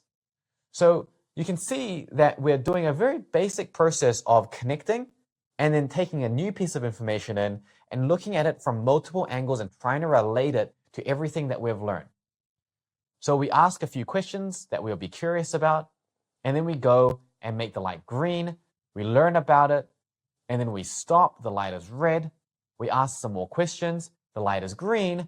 We go and fill them. The light is red. So we have to sit back, ask some more questions. The light is green. We go and answer them. And as you go, you'll realize that your number of questions that you can create increases. Initially, you only have 2 or 3, but then eventually you have 5, 6, 7, 8, 9, 10 questions because there are just so many other things that you've learned about now that you can think about how they relate to each other. And this is going to train your ability to create those relationships. And this becomes a foundational technique that you need to have under your belt before we go and do the really heavy climbing with some of the more advanced systems and techniques. The light system. You really quickly realize a very different aspect of learning. Yeah, you can create questions and then you're learning and stuff, but really, really quickly into the process, you realize that there's just a fundamental difference in this very particular thing, and that is the order in which you learn the material, and this becomes very confusing. And it's very understandable. Normally, when you're learning, it goes something like this. We have information, let's say it's just information on the page. And we learn in this order where we start from the top and we just keep going like this. And we go from page 1 all the way through to page, N, whatever it is. And we just keep going page by page, line by line. And it's what we call is very linear. And this linear way of learning, again, is something that's quite artificial. And instead, when you learn through the traffic light system, which, by the way, the traffic light system is not so much like a full system of study. It's more like a drill that you do to practice the technique. So once you get good at this, you're not going to need something like the traffic light system. This is purely just to train your brain to be able to do this. If you can't even do the traffic light system, then you need to do that until it's more comfortable. But if you're finding that that's a little bit more comfortable, then that just means you're ready to move on. But when you use the traffic light system, you realize that, okay, because you're starting with having these questions that you're curious about, you then will say, okay, well, look, I've got these questions that I want to answer. And then a number of sort of sub-questions come up, okay? What is the right order in which we need to be actually going through these questions? And when I go to answer these questions, like, what if it's in the 3rd page of the book and it's not in the order that it's laid out to me? How am I meant to kind of put that together in my mind? Well, here's the thing is that if you think about a textbook or a course guide or even your teacher teaching you something, right? They may say that it goes in this order, number 1, and then number 2, and then number 3, and then number 4. That might be the order that it's laid out to you in. And, the author of the book or your teacher or whoever it is, they're thinking, okay, what's the best order in which to teach this subject to the student? But here's the thing. The way that you learn is fundamentally dictated by what you already know. So, as a really easy example, if someone has never learned chemistry ever before, then learning the final year of high school chemistry as the very first thing they ever learn is going to be probably a little bit more challenging compared to learning just about what is an atom to begin with. So there's obviously some kind of order there. But even more than that, let's say that you're a really avid hockey player, but the way that particles collide in chemical reactions to create the reaction, maybe that concept reminds you of the maybe type of dynamic that you get when you're playing hockey. And I know that's a weird connection to make, but for some people, that may be a way that allows them to actually understand something else. They can create an analogy for learning using other things that aren't directly related to that particular topic. And actually, that's actually called analogous relationships and analogous learning. So using analogous relationships is part of the toolkit of an adept learner, is that they're able to take what they already know in potentially unrelated fields and create analogies so that they can apply them to new information and therefore speed up their rate of learning for a new topic. So obviously, if you have a lot of analogies that you can potentially apply and a lot of things to draw on, then it's actually faster for you to learn different things. And actually, that is something that's found, is that people that have generally more interests and more hobbies and things, they overall tend to be able to learn faster in any subject because they're able to apply so many different ways of thinking to it and create so many analogies. But the idea is that your teacher or the author of this book, they don't actually know you. They're a stranger. And so they don't know what you know. So they don't know in which order your brain is going to make sense of it the most, right? For all you know, your brain might learn it better by going through number 2 first, and then going through half of number 1, and then going back to number 2, and then doing the second half of number 1, then going to 4, and then finishing at 3. Your particular unique brain, based on what you know, might decide that this order is actually better and makes more sense for you than the order in which the textbook or the course guide or the teacher laid it out to you, which may be the standard order. So it doesn't actually make any sense to force yourself to learn it in someone else's order when your brain is telling you that you should learn it in a different way. So this is actually something that we call order control. And order control is another one of those basic skills and mindsets that we need to just completely develop and just have as a very firm foundation. So order control means that we are the one that's in control of our order. We learn it in the order that makes sense for us. If we want to do page 2, paragraph 2, and then go back to page 1 and then jump to page 3, because that's how it makes sense for us, then that's how we should do it. So the question is now, how do we make the order the right order for us? How do we know what is our best order, right? We can agree that we're almost always going to have to change the order, because there's really never going to be a situation where someone explains something to you in exactly the best order for you to learn it. So in virtually every situation, you are always going to have to change the order at least a little bit, and often a lot. So how do we actually know how to change the order? How do we pick the order? The order is picked based on the questions that we're asking. The order is based on the questions that we're asking. So this curiosity is our brain's way of saying, hey, this is what we want to know.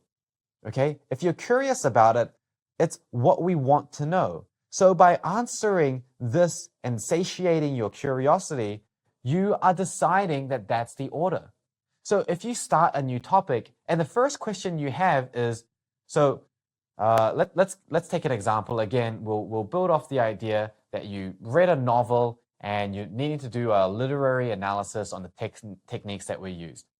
You might read this novel, and the first thing that you're thinking is, well, if you're not used to this, you're not thinking anything, you're just reading it just with a completely passive and dull mind. But hopefully when you practice this, you'll say, okay, few questions. Okay, what's the basic theme of this novel? Why did the author choose to express this theme? And maybe how did they choose to express this theme in terms of what characters or events or plot devices did they use? Those might be the questions you have in your mind. If those are the questions, and the first one you want to answer is, what are the themes about this text? Then actually, you might actually go through this novel, and instead of reading it from beginning to end, you might actually read the blurb first or the author's notes. You might even go and read reviews about this first. You might even read someone else's essay explaining the themes about it before you even read it yourself. And that will be perfectly okay if that's the order that you wanted. For something like a science subject, let's say that you were learning about waves again in physics, and you have a course guide that says waves as a heading at the very top, and then underneath that it says diffraction. Then as soon as you read the word waves, it may only be one word, but it's a heading. So you might think to yourself, okay, so we're now learning a topic about waves. So what do I want to know first? What's the question in my mind? Is it about diffraction? No, because I don't even know what diffraction is at this point. I don't even know what waves are at this point, and I don't know why I need to care about either of those things. So even going from the word waves to diffraction, it's already too much of a jump. So we need to pick our order. We need to say, okay, waves. What is a wave and why is it important? And that might be on page 3. So we would go to page 3 and would read, what is a wave? Oh, this is what a wave is. Okay, well, why is it important? Maybe it's not in the guide. We can quickly Google it. Why do we need to know about waves? You could just Google that. Or how are waves used in real life? And you'll get an understanding. Oh, so this is the study about all of these different things. You can see all the different applications of this knowledge. Great, our questions are answered. Now what do we want to know? Well, at this stage, to be honest, I'm a little bit curious about what that diffraction thing was and how that's relevant to this topic of waves. So I can go back to that point where I left off, read diffraction, and think, okay, so what are my questions now? What is diffraction? Why is it important? And how does it relate to waves? So I'd answer those questions. And the next thing I might say is, well, what's my next topic? Maybe it's about refraction. Maybe it's about a specific paragraph that was in that diffraction subchapter that we want to dive into a little bit more deeply. So when we're doing it this way, it almost feels like we're not studying, but actually we're learning a lot. We're learning about waves, we're learning about why it's important, we're learning about diffraction, what it is, why it's important, how to use it, and we're creating relationships between all of them constantly as we go. And this is the thing that really trips people up, is that, and I don't know if this is irony or not, but people often, when they start using the correct order for the first time, feel like they're not studying properly because it suddenly becomes much easier to understand the information. So easy, in fact, that it just feels too obvious. They feel like studying requires a lot of just trying to figure this out and just grinding through the material and just ramming in definitions and trying to memorize it as they go. But when you do the right order, you realize that actually, hey, now that I think back on everything that I've learned for the last hour, I actually have a pretty good understanding of this topic now. I don't have all the details, but a lot of the big information that would have normally taken me hours, I've actually done that. And that's just by using the right order control. So order control, again, is one of those fundamental skills that every adept learner needs to have. And by not using order control to our advantage, it's kind of like if you were to bake a cake and the ingredients say, okay, well, first of all, put the cake mix in, and then number 2, add in the eggs, then you might think, okay, well, what I'm going to do is I'm going to add in the eggs first, and then I'm going to put that in the oven, and then I'll add the cake mix in after that. So you might have swapped in just a couple things in the order, but not doing in the right order means that the entire thing is a very different outcome. It really doesn't make sense. The difference is that we need to not assume that the order that it was given to us is the right order, because the right order is in our own brains. We are the one that decides the right order. So by deciding not to rearrange it in a way that makes sense for us, we are actually the one that is deciding to put the eggs in the oven and pour the cake mix on the floor. And again, we actually understand this at an intuitive level. If someone explains something to you in an out of order fashion, it's very hard to understand. So if I were to explain, let's say, this mug that I've got right here to you, and if you were to close your eyes, in fact, let's just do this. Close your eyes right now. And I'm going to describe this cup to you. It is approximately 5 centimeters in diameter at the top, made of a plastic material with a lip opening which is oval in shape, approximately 1.5 to 2 centimeters wide by 7 millimeters in length, with a rotating swiveling top which is approximately 2 to 3 millimeters in thickness, which is joined to a metal rim which seems to be made out of potentially a brushed aluminium, which is also attached to a plastic black handle sticking out at an angle of probably about 89 degrees. So you can see already, if you didn't know that I was talking about a cup, you probably would not be able to put that image together. But everything I was saying was accurate. And if I kept explaining for about the next 2 hours, you would understand that I'm talking about a cup. But you see how hard it is to really form a good image about what it is that I'm trying to say. This is the power of order control. I can explain the same thing, but in the reverse order in a way that just makes a bit more sense. So I could say, in my hand, I've got something that helps me drink water.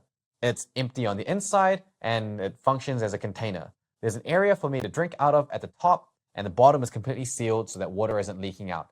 There's a handle on the side as well. The top has a lid, and the lid is black. This lid is 5 centimeters in diameter, made of plastic, and has an oval opening which is about 1.5 centimeters wide and 7 millimeters in length. So you can see how the exact same details put in a different order is much easier to understand. In fact, let me take this one step further and show how this order control even goes to something visual. So if I were to draw something here, guess what it is that I'm trying to draw?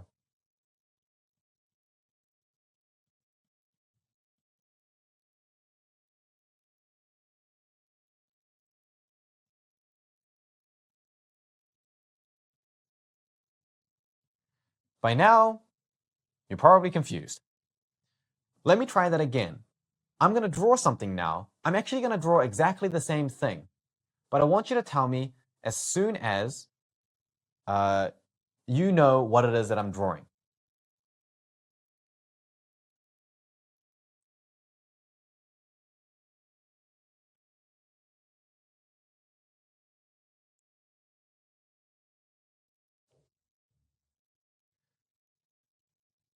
So hopefully, if my drawing wasn't too bad, you realize that what I'm drawing is a tree. And what I drew before, those are the leaves on the tree. So again, the exact same thing, but by starting at the bottom and the trunk and moving my way up, I've been able to show the most important part of this, which is the overall shape, rather than starting at the leaves and coming in. But the thing is, when we read a course guide and we learn stuff, we often focus in on those leaves. We focus on memorizing every individual little fact and statistic and detail and quote and enzyme and reaction and catalyst, and every single little detail that we spend trying to memorize is taking away from time that we could be spending understanding that this is fundamentally a tree with branches that go in this direction, and this direction. So there's clearly an order in which things make more sense. However, that order is almost always opposite. We're often tied up with a lot of these details when we have no business learning those until the very end when it naturally makes sense. After all, a leaf only exists somewhere because the branch led to it, and that branch is only there because of the stem. If you know where the main stem and trunk were, then you know where the branches stem out from, and you know where the twigs are, and therefore the leaves naturally should be around there. And so you don't even have to memorize it anymore. So when you're using the traffic light system and just training your brain to go from curiosity, thinking about things, then going in and diving into the material to find information, thinking about it, relating to it, thinking of more questions, diving in again in that cycle of thinking and questioning and then seeking and taking and gathering. When we're training this with a traffic light system, don't be afraid of going out of order. I think you'll be surprised to find that when you stop holding yourself back from going out of order, you actually find the best order for you to learn in. And honestly, for myself, I don't even remember the last time I learned something in the order that was given to me. It's just so inefficient that I couldn't bring myself to do it because it would just be such an enormous waste of time. And this is one of the big differences that I see with adept learners and low-level learners, is that low-level learners have this very irrational fixation on learning it in the order that it was given to them. Whereas high-level learners are able to kind of break away from that and say, look, this is what I need to know. I'm going to go find that. And they learn that and they just continue that process again and again. So this is one of those basic skills that we want to really polish down before we start transforming this and putting them into even different systems that can potentially be even more efficient. I want to take a little moment to address the insecurity that people often feel when they start using something like auto control. Now, look, I completely understand where you're coming from. You're missing material, you're skipping paragraphs, you're going out of order, it feels chaotic. You're like, what if I miss something important? What if, I ask a question that's not going to be relevant? You've got all these questions, okay? I just want to sit down and really address why auto control is really the only option that you have that makes any sense. So there's this thing called a Swiss cheese model. And you may have heard about this before. It's not my own thing. It's quite a well-known kind of model that's being used. And the idea is that Swiss cheese has all these holes in it, right? And it's got holes in sort of random different places. And the idea is that in a Swiss cheese model, you have multiple layers that are stacked together. So if one thing were to pass through the first layer, it will be stopped on the second. And then if something were to pass through and it were to still pass, it will be stopped.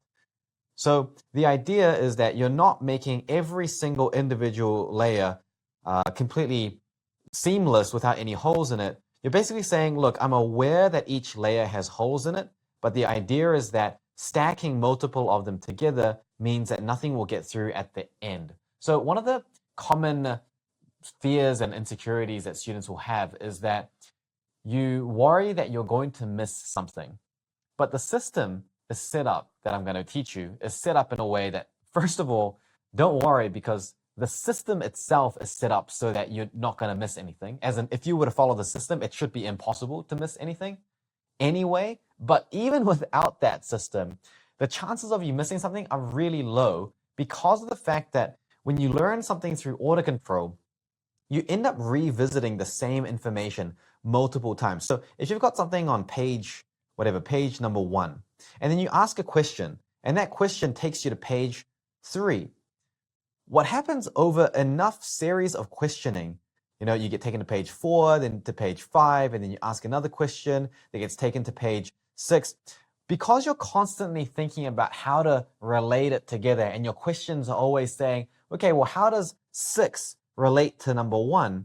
You actually then end up going back to number 1, and then back to number 3, and then back to number 4. So you're constantly actually going back and forth between all the material in order to build that nice, well-connected web of information where everything is related to each other. So even if you miss something the first time, you're probably going to come back to that 2, 3, 4, maybe even 5 times with a different angle each time. So you're really not going to miss anything. And that's how the Swiss cheese model here works, is that even if you missed something on your first run through, by the time you do your second and third time, you're really unlikely to actually miss anything meaningful. The other thing that we can look at is just the pure fact that the alternative is much worse, because when you go through things from beginning to end very linearly, and you're simply following this structure, when we say we're going to miss something, what are we actually referring to? Are we talking about the fact that we didn't write a copy of that in our notes exactly the same way? Are we talking about the fact that our eyes did not glance across the page in the exact order? Because really what we should be thinking about is, what if I miss something not entering into my actual brain where the learning happens? What if I read something and there's no retention? So these are the things that we should be worrying about. And because order control makes it so that we're learning based on what we're curious about, we're already increasing the retention. So it, by nature, should mean that we're missing less, whereas you're actually more at risk of missing things if you were to simply trick yourself into thinking you're learning just because your eyes read it and you wrote some notes. But we all know that that's an illusion. We're just tricking ourselves there. It's not really true. So the alternative is that we are using an order of learning that we already know is inherently wrong. So we already know that there's no possible way that the order in which we were first given the information was suited optimally for our brain. Well, there's a statistically tiny little chance that that's the case, but basically we can say that that's not going to be true. So we already know the order is wrong. So we're basically saying, do I learn it in the order that I know is wrong, or do I at least give myself the opportunity to learn it in the order that's probably a little bit at least more right? So when you think about that, the alternative is much more bleak. And even then, even if we were to somehow miss something and there were to be something that just snuck through, we would actually spend a lot less time on learning this little bit that managed to slip through because we've saved so much time learning everything before it. If we learn 90% of the material with 90% retention the first time round because we exercise good order control and we cover what would have normally taken us 10 hours in 8 hours, which is a very reasonable time save, that's very realistic. Even if we were to miss 10% of the information, we now have all of the time that we would have spent in revision to just pick up that remaining 10%, as opposed to how we might normally do things where the first time we read through it, we only have 30% retention, and then we revise it to 50% retention, and then we revise it and we get to 60%, and we revise it till we get to 80%, and then we do our past paper questions to get to 90%, and then we do more past paper questions, times 100 to get to 100%, where we're finally happy if we ever even get there, assuming that we actually managed to cram all of that in. All of that time ends up getting saved because it's like, okay, we've got 80 to 90% retention here. Sure, we missed 10 to 20% of the detail, but that's fine because we can just fill that in here, 10 to 20% of the detail, boom, and we've saved all of this time that normally is spent on that learning and relearning. So again, it just comes back to the idea that all of the strategies we use, we really want to be gearing it towards having maximum retention as early on as possible, rather than just admitting and saying, okay, look, I'm gonna need to study it again and again and again. That's just the way my brain works, which, by the way, it's not. And kind of trapping ourselves into that spiral, because if you do that, you don't have any hope of change. But if you use this, then I'm confident that you will be able to start seeing some pretty dramatic results just because you're taking more control of your learning. So I'm about to get into the system a little bit more properly, just around the corner. And these are the systems that have allowed me personally to go from studying 15 to 20 hours a day, getting only 2 or 3 hours of sleep, studying like crazy, never taking any breaks. I had no hobbies, no life to speak of. All I did was study, and it's just a horrible time. I was mentally and emotionally unstable. My heart rate was just through the roof. I was physically very unhealthy. I just felt terrible. I felt like just like a shadow that existed on this earth. And it was horrible. And I did that in order to get good grades. And for me personally, it was to get into medical school and eventually, get through medical school and all of that sort of stuff. But it was just so completely unnecessary. And the systems that I'm going to teach you are derived from the years of painful trial and error and learning that was involved, and allowing me to start only studying 2 or 3 hours, sometimes even in an entire week, getting great sleep. I started dancing as a hobby. I went to the gym regularly. I had a great social life. I started doing random little hobbies here and there. I got more into my art. I got into exploring different types of dance. There was basically, a colorful, varied life that I enjoyed, that I was able to live because I just freed up so much time out of the library from having to study. And I was getting a level of academic achievement, which was honestly probably even better than what I had received initially. So I was still getting really great results, and I was still achieving all my academic goals. I even managed to do a separate honors degree, which I got first class for. I went and did a bunch of other research things, which I was able to publish papers for. I was able to start a company, and I was able to teach students, almost full-time hours, 30, 40 hours a week on top of going through medical school and studying. So my life became so much richer because of these systems. And when you learn these systems well, you won't even need any of the tips that I talked about before. You can just work off these basic principles, and over the years you'll be able to adjust them and really fine-tune them and make them your own.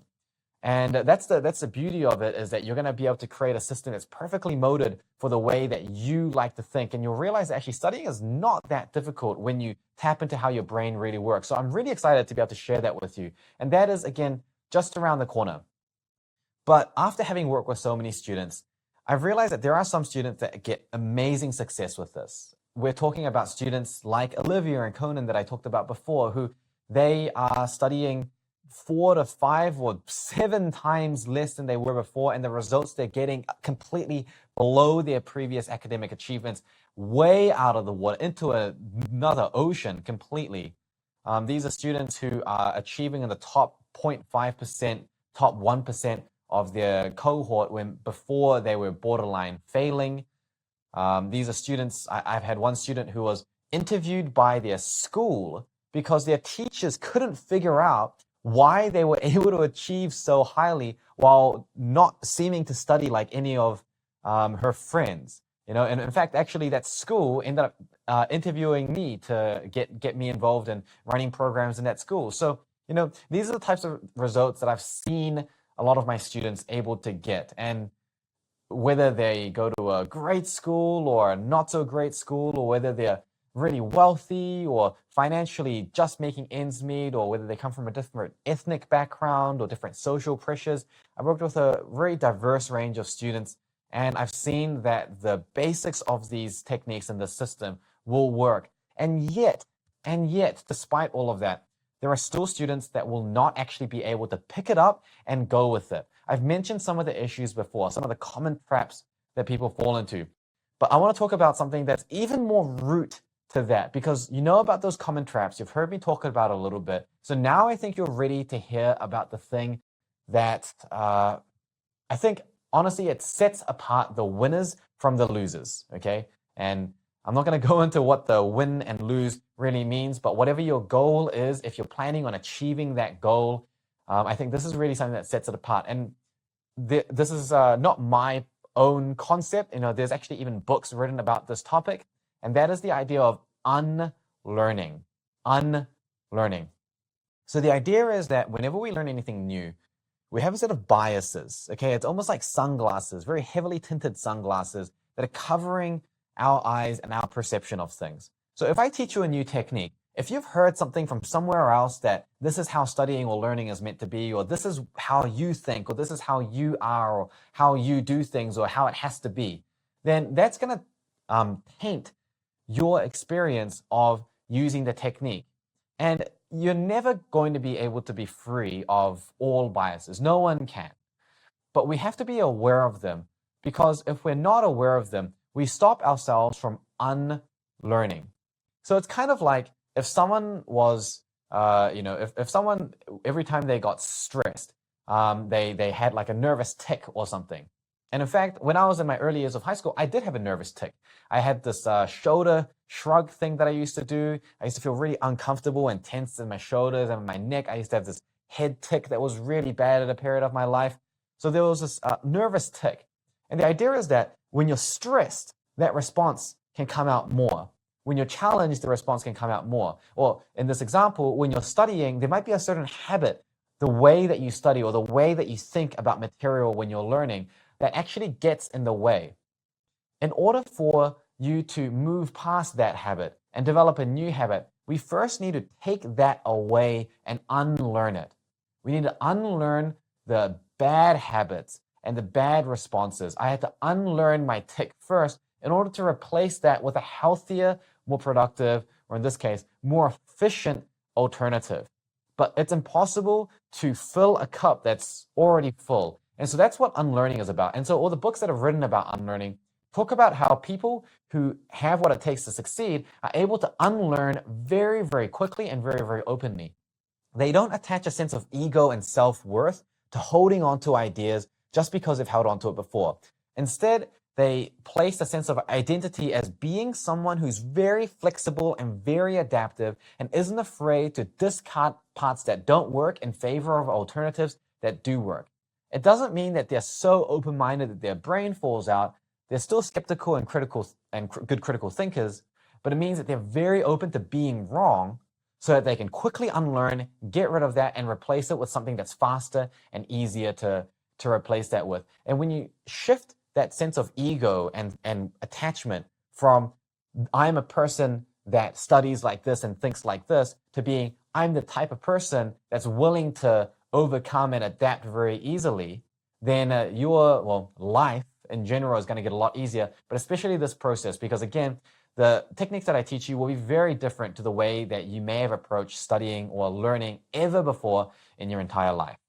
And this is especially true for some students who have had certain bad experiences with learning. So often students will have tried certain techniques that may seem surface level a little bit similar to things that I've said. A good example would be when I was talking about how you have to do inquiry-based learning where you're solving problems. People would say, oh, I solve problems. I already solve problems. That's nothing new. But the thing is, most people aren't trying to create problems before they've even learned it, right? And I mentioned that this at the time is that you can't learn and then solve problems. You have to figure out problems to solve first and then learn in order to solve those problems in reverse order. So there are a lot of these nuances here, which I'll try to point out. But if you have a bad experience with previous studying techniques, it means nothing about the techniques that I'm going to teach you. Remember, the techniques that I'm going to teach you are not only research-based, but they've been proven time and time again with students. So they definitely do work fundamentally. But if you're stopping yourself from experimenting because they may seem slightly similar to a previous technique that you've tried to use that you had a bad experience in, then it's not going to be accurate. Because even if it was a very similar technique, and even if the subtle differences don't ultimately change the technique too much, they're not packaged in an entire system. And that's what I'm going to be teaching you, is an entire system where the weaknesses of one technique are supplemented and filled by the strengths of a different technique that comes in. So that's how the system is designed to be incredibly comprehensive and robust. That in itself is like a Swiss cheese model to make sure that there are no gaps that pass through. So in summary, unlearning means that you're aware that there are certain things that you may have learned in the past that were incorrect, or certain experiences that may have been negative for you in the past that aren't representative of what we're going to be covering. If you had a magic lamp and you had to rub it and you were to summon a genie, what's the wish that you would want granted? That in the movie Aladdin was banned. Everyone always says that they want to wish for more wishes. And that's really what learning is, right? Learning is the ultimate skill. Learning is the ability to wish for more wishes. Learning is the ability to learn anything faster. It's to be better at English and maths and statistics and science and better at learning skills and picking up new hobbies and getting better at sports. It's the ability to use your brain to take in and solve problems and get to where you need to go in the environment and world around you. It's the wish for more wishes. But unlearning is the other side of the same coin. If learning is the most important skill that you can gain, then unlearning is the requirement that allows you to even learn. It's what opens the door for learning in the first place. So I'm going to make this very clear. What you're going to learn in this course is very different. In fact, it may already have been pretty different to what you were expecting or have learned in the past. You have to accept that. So I know that you're keen to start applying these systems and learn how to do it and learn the techniques and everything, but you have to remember that you can't be so eager to climb the mountain as quickly as possible that you forget to check your gear, put your harness on, do the fitness training, do all the preparation and have the right support and foundation in place. Otherwise, you're going to fall off mid-climb. And it's what I see a lot with students is that they take these techniques and they just try to rush through them as quickly as possible. They don't spend time to practice. They say, oh yeah, that's easy enough. And they just skip to the next one and just keep going and just bulldoze through. And then a month later they say, oh, you know what, Justin, it didn't really work for me. It doesn't work because you didn't practice it. You need the foundation in place. What I want the most is I want you to be able to take these techniques that I have created and found and researched and compiled and disseminated to these thousands of students that I've worked with before. I want you to take these techniques, take them with you, and I want you to go out there and absolutely crush and dominate in your school or your state or your country and achieve all the goals that you want to achieve. That's what I want from you. But I know that that's not going to be possible if you just rush it. And this foundation is necessary because it's going to make your climb later on much smoother and much safer. It's going to stop you from getting demotivated. It's going to stop you from procrastinating as much. It's going to stop you from giving up halfway through. It's going to stop you from slamming the cube into the triangle until you realize you are the cube. And the triangle is your attempt at success, and you're just breaking down because you're just trying so hard and you're just not getting through there. That's not what I want to see. I want you to have a very smooth progression. I want you to have a smooth ascent and climb so that when I see you at base camp, I can say that was intense, but now we can look back and see how far we've come. I don't want to look back and see that everyone has just fallen off the side of the cliff because they were rushing through without having the right gear and the right level of fitness. Now you may have realized a potentially crippling flaw in the plan, which is, Justin, how am I meant to actually practice any of these techniques when I don't even have time to do what I'm doing now? I'm halfway down stuck in the depths of a very deep spiral, and I don't have time to practice any of these techniques. Well, let's just address that first.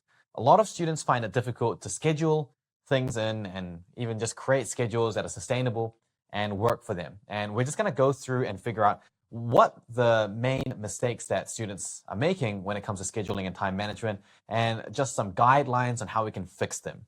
So first of all, these are the common mistakes when it comes to good scheduling. So the most common mistake that people are making is that they actually just don't make schedules, in that they're kind of just winging it. They wake up and they figure, okay, today I'm going to try to do this. And if I've got time, I'll do this.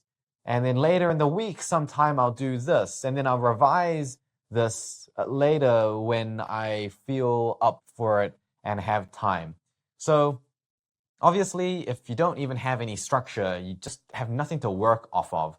So the first thing you need to do is actually start making a schedule and realize what are the mistakes that you're probably going to make. The second mistake that people make with scheduling is that they set times that are far too loose or vague. And what I mean is that you'll have a schedule and then that may be divided into hours. Let's say 1 p.m. and then 2 p.m. and then 3 p.m. And then between the hours of 1 to 3 p.m., they'll just say biology. And that's their schedule. From 1 to 3 p.m., biology.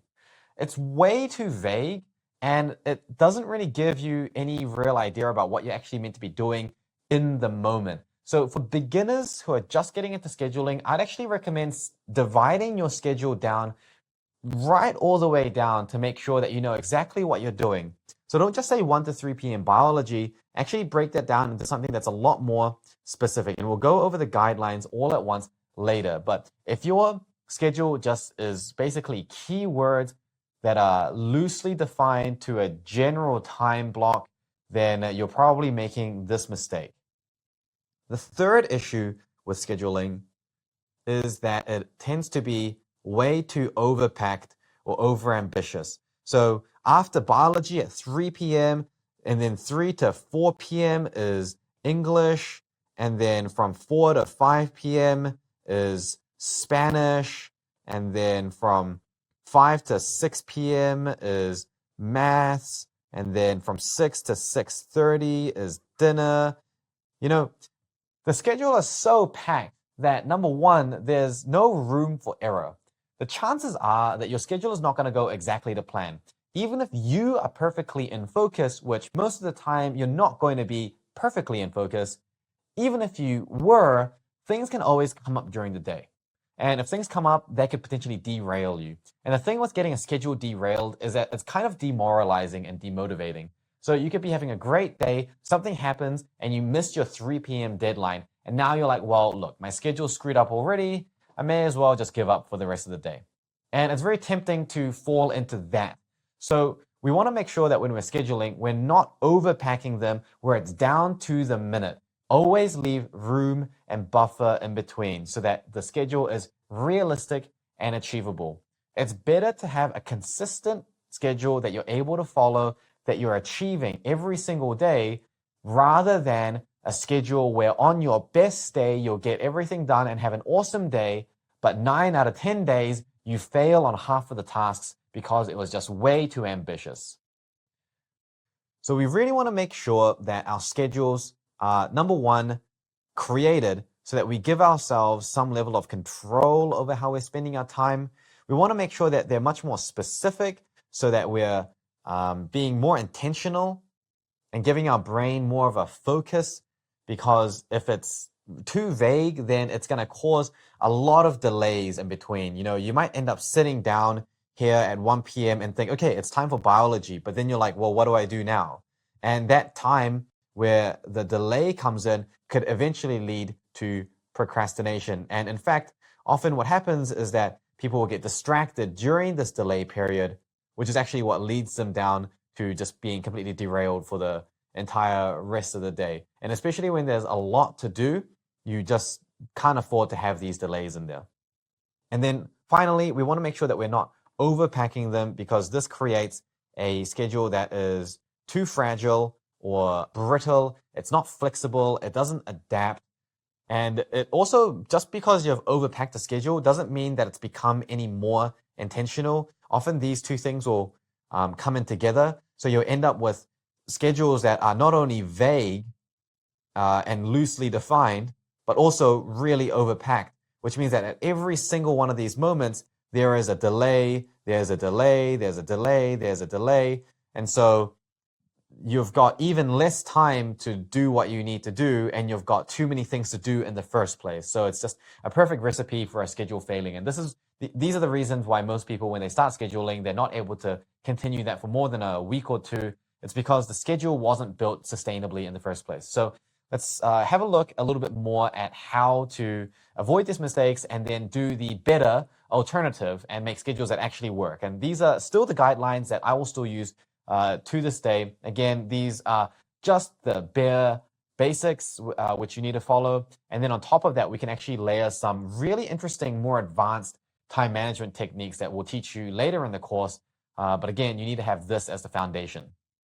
So let's talk a little bit about scheduling and scheduling better. And there's a number of things that we can do. And it exists on a spectrum. There are some things that we can do that have a really high impact.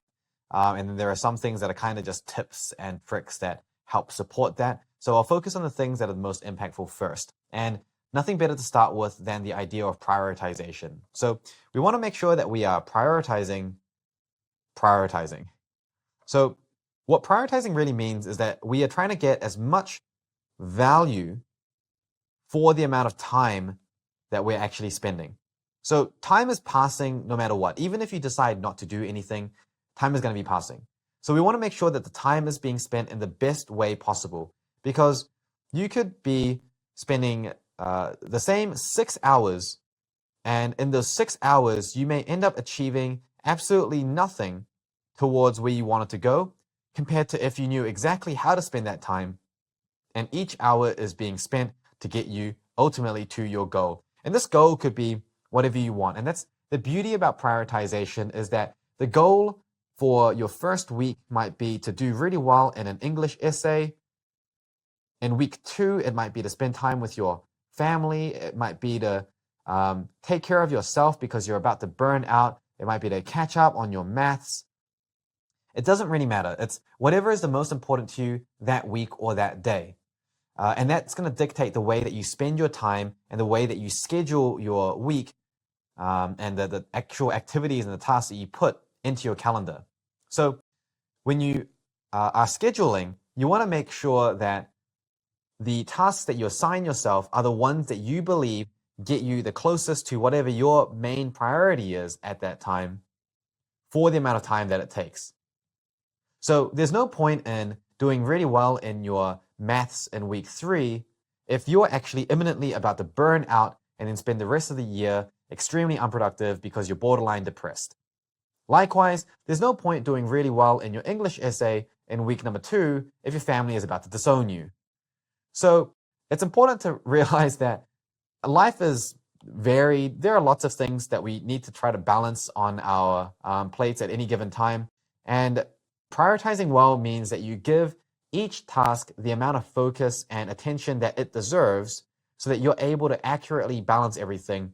If you don't prioritize, then the prioritization actually ends up getting done for you based on what's just the most urgent. So if you don't prioritize, for example, taking care of yourself, then you will continue to neglect yourself until such a point where you can't afford to neglect it anymore, and then you have to drop out of school because you're having a mental health crisis. If you neglect your maths for too long, you're going to get to the point where you're way too stressed because you realize there's no possible way that you can achieve the grade that you wanted because you're trying to cram it in too much.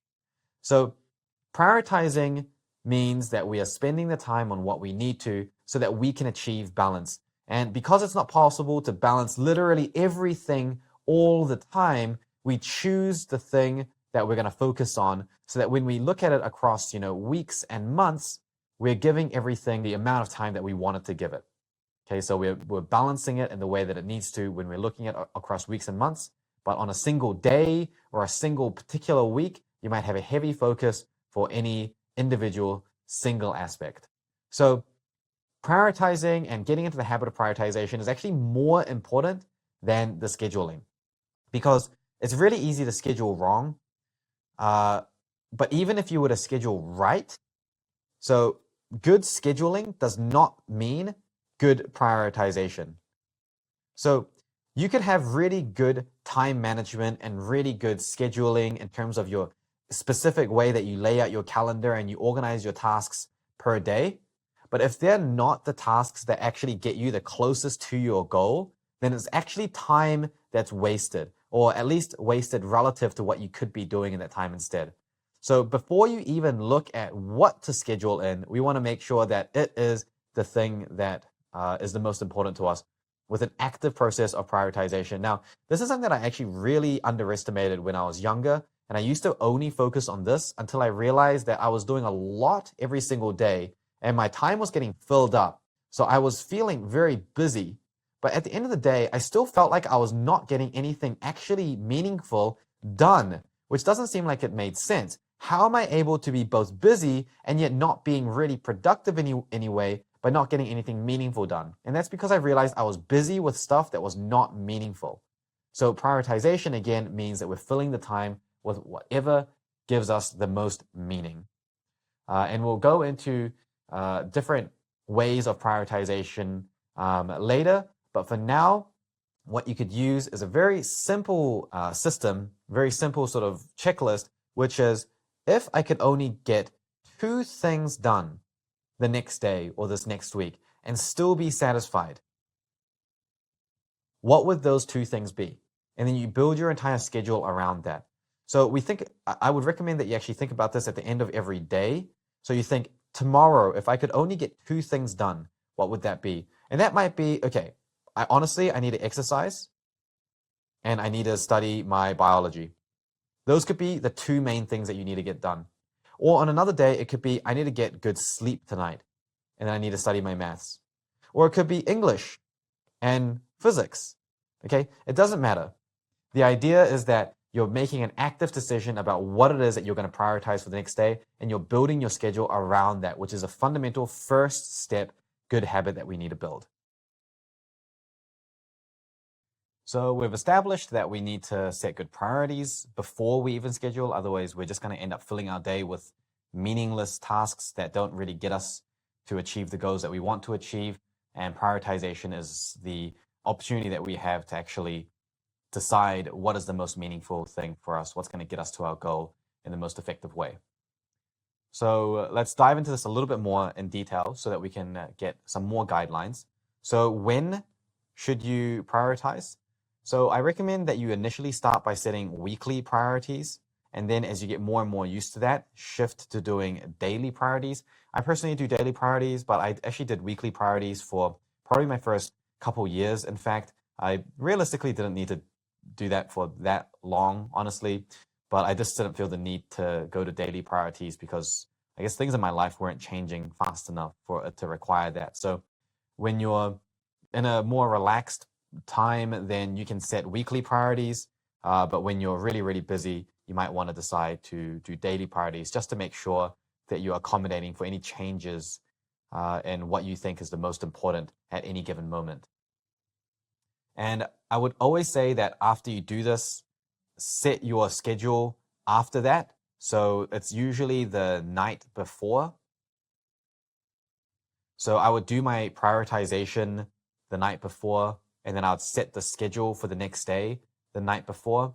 And if I'm setting weekly priorities, then I would set my week's worth of schedules at the beginning of that week, or the night before the beginning of that week technically starts. So that might look like saying on Sunday night, I'd do my prioritization and then I'd set out my priorities for the entire week, Monday through to Saturday or Friday, if I wanted to give Saturday an unscheduled break. But then if I'm doing daily priorities, I would do it on the night before and I just set the schedule for the next day and I just repeat that every single day.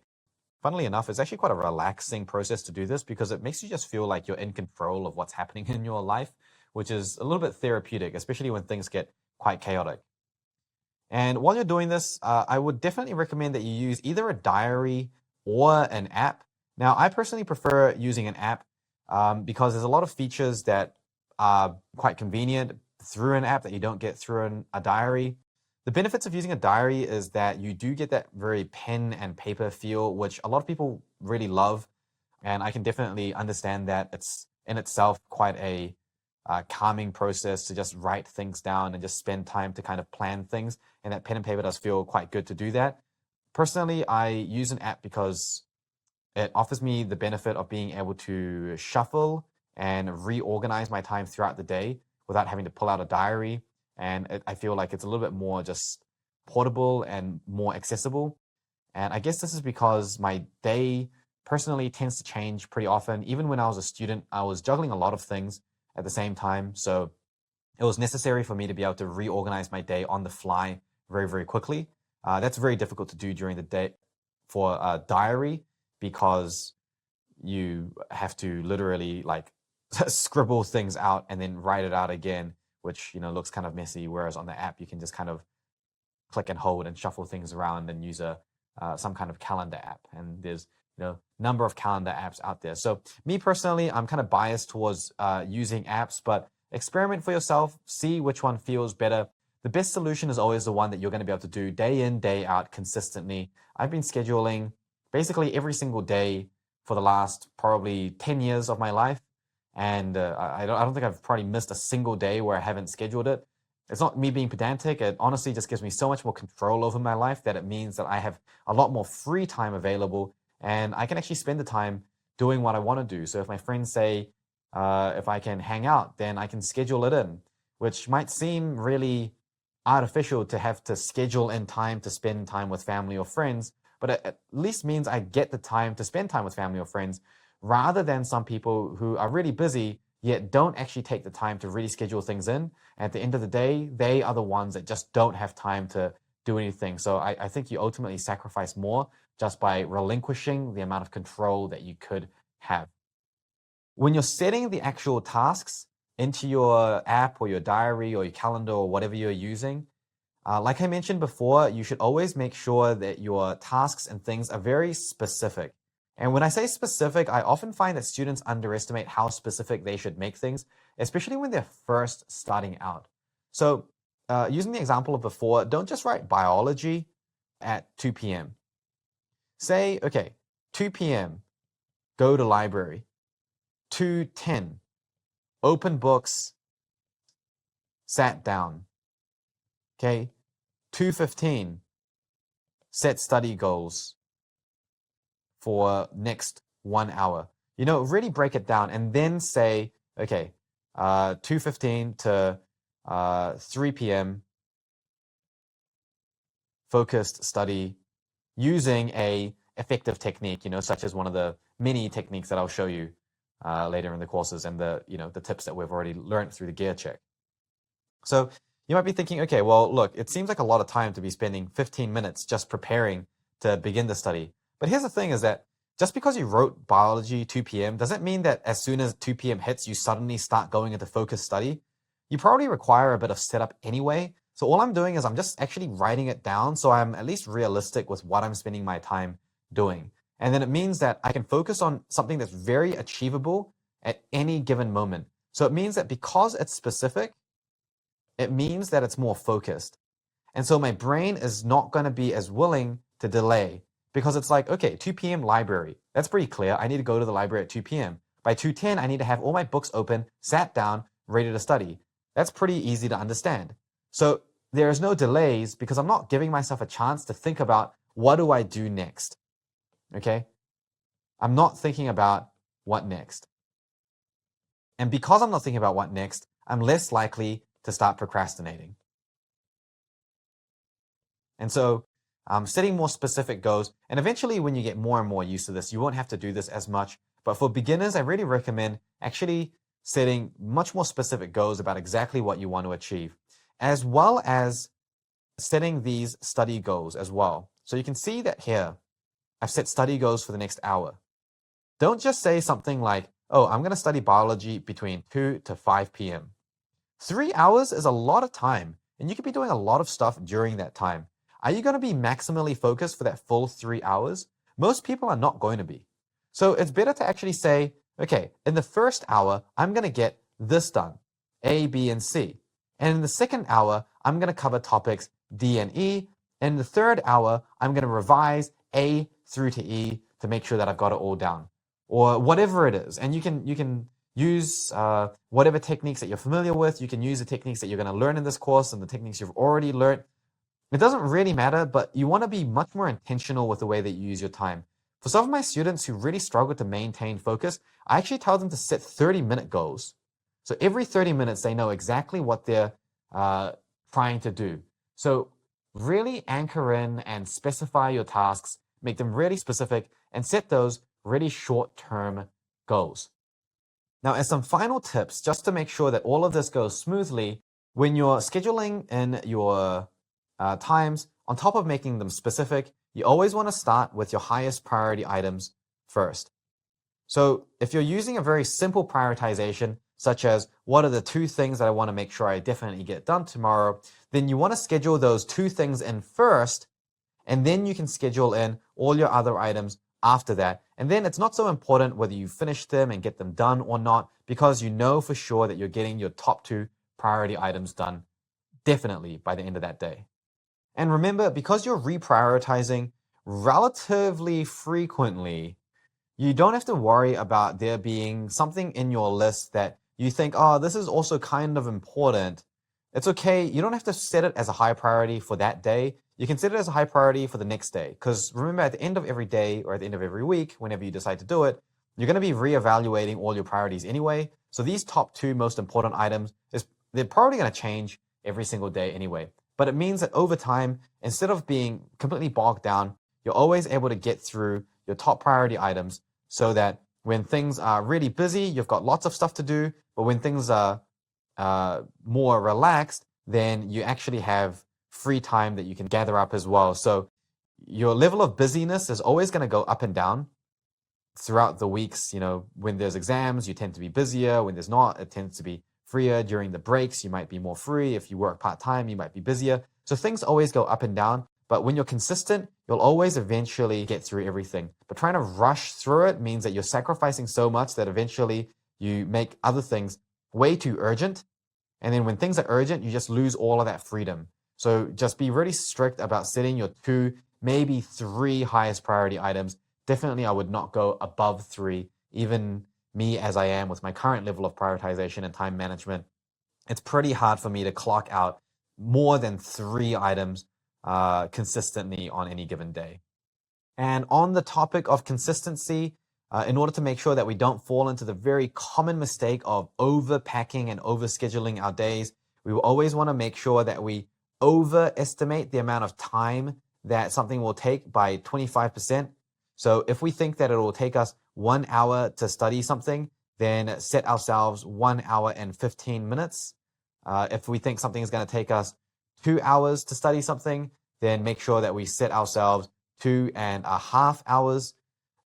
And then also make sure that we, on top of that, we underfill our days by about 25% as well. It's sometimes a little bit difficult to track what 25% underfilling actually means. So what I generally recommend is that you always leave roughly a 15-minute buffer between every single task that you do. And at the end of every day, you want to have at least 30 minutes to 1 hour that is not scheduled, that is perfectly free. So if you don't have 30 minutes to 1 hour of wiggle room and 15 minutes between each task wiggle room, just take items off and prioritize a little bit harder, because the chances are that unless everything goes perfectly well for you the next day, you're not actually going to end up getting it done anyway, and then you're just going to get your plan derailed. It's better to underfill it, get everything done for sure, and then if you've got free time left over, you can fill in another task very easily at the end of that day just to fill in that time, and you won't have lost anything. And remember, because you're scheduling your top 2 priority items first, you're definitely going to get those done. So even if you do miss 1 or 2 items that you could possibly have had time to do, it's not really going to make a big difference because they weren't super important for you anyway. Now, over time, you're going to realize exactly where the balance is for you here. You're not going to need to overestimate by 25% every time. Nowadays, I get it to the point where I'm pretty accurate to around 10%. So I only overestimate my time by 10%, and me underfilling it, well, I don't really tend to need to underfill it anymore because I schedule in time for relaxation and stuff. So my underfilling is only usually just having that 15-minute buffer or 10-minute buffer is often enough for me. So you want to start a little bit conservative, be on the safe side, and then you can meet in the middle once you get a little bit more experience. Some people tend to overestimate or need to overestimate a lot more. Some people will need to underfill a lot more. And it's just about figuring out where the balance is for you. And then the final very important tip that's going to allow you to actually do all of this is you want to make sure that you're actually scheduling time to do the planning necessary to do the prioritization. So often people don't actually give themselves time to do this prioritization, and obviously this entire system kind of falls apart in that case. Good place that I'd recommend that you do it is in this end of the day, 30 minutes to 1 hour that you give yourself as sort of free time. You can actually multi-purpose use that as your dedicated kind of planning time, which means that no matter what happens on any given day, you've always got time to reevaluate and make sure that the next day is even better or changing your priority list. So a few guidelines here, and if you follow these checklists in terms of what you shouldn't do while making sure that you do all the things that you should do right, then you're going to have a 90% pretty good schedule and far beyond what most students are capable of doing.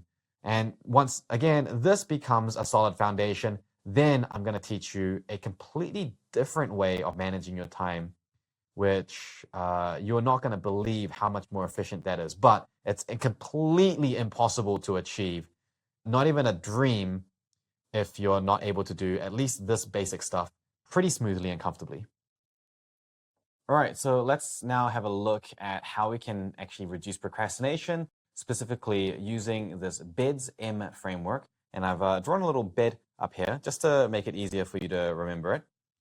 And this is it's just a very small, very simple framework. It's something that's relatively basic. I'm going to go into a more comprehensive framework that many of you may already actually know of anyway, called the peer-peer system later on. But this is something that I think if you're really just a total beginner and you just want to get a handle on procrastination much more quickly, this is just some basic guidelines that you should definitely follow. Now, okay, here's the thing, is that the system that I'm going to teach you, this kind of checklist that you can go through, the BEDS-M checklist, it works. It actually works. And when I say it actually works, I really mean it seriously works. As in, if you do it, you will remove procrastination. It will work.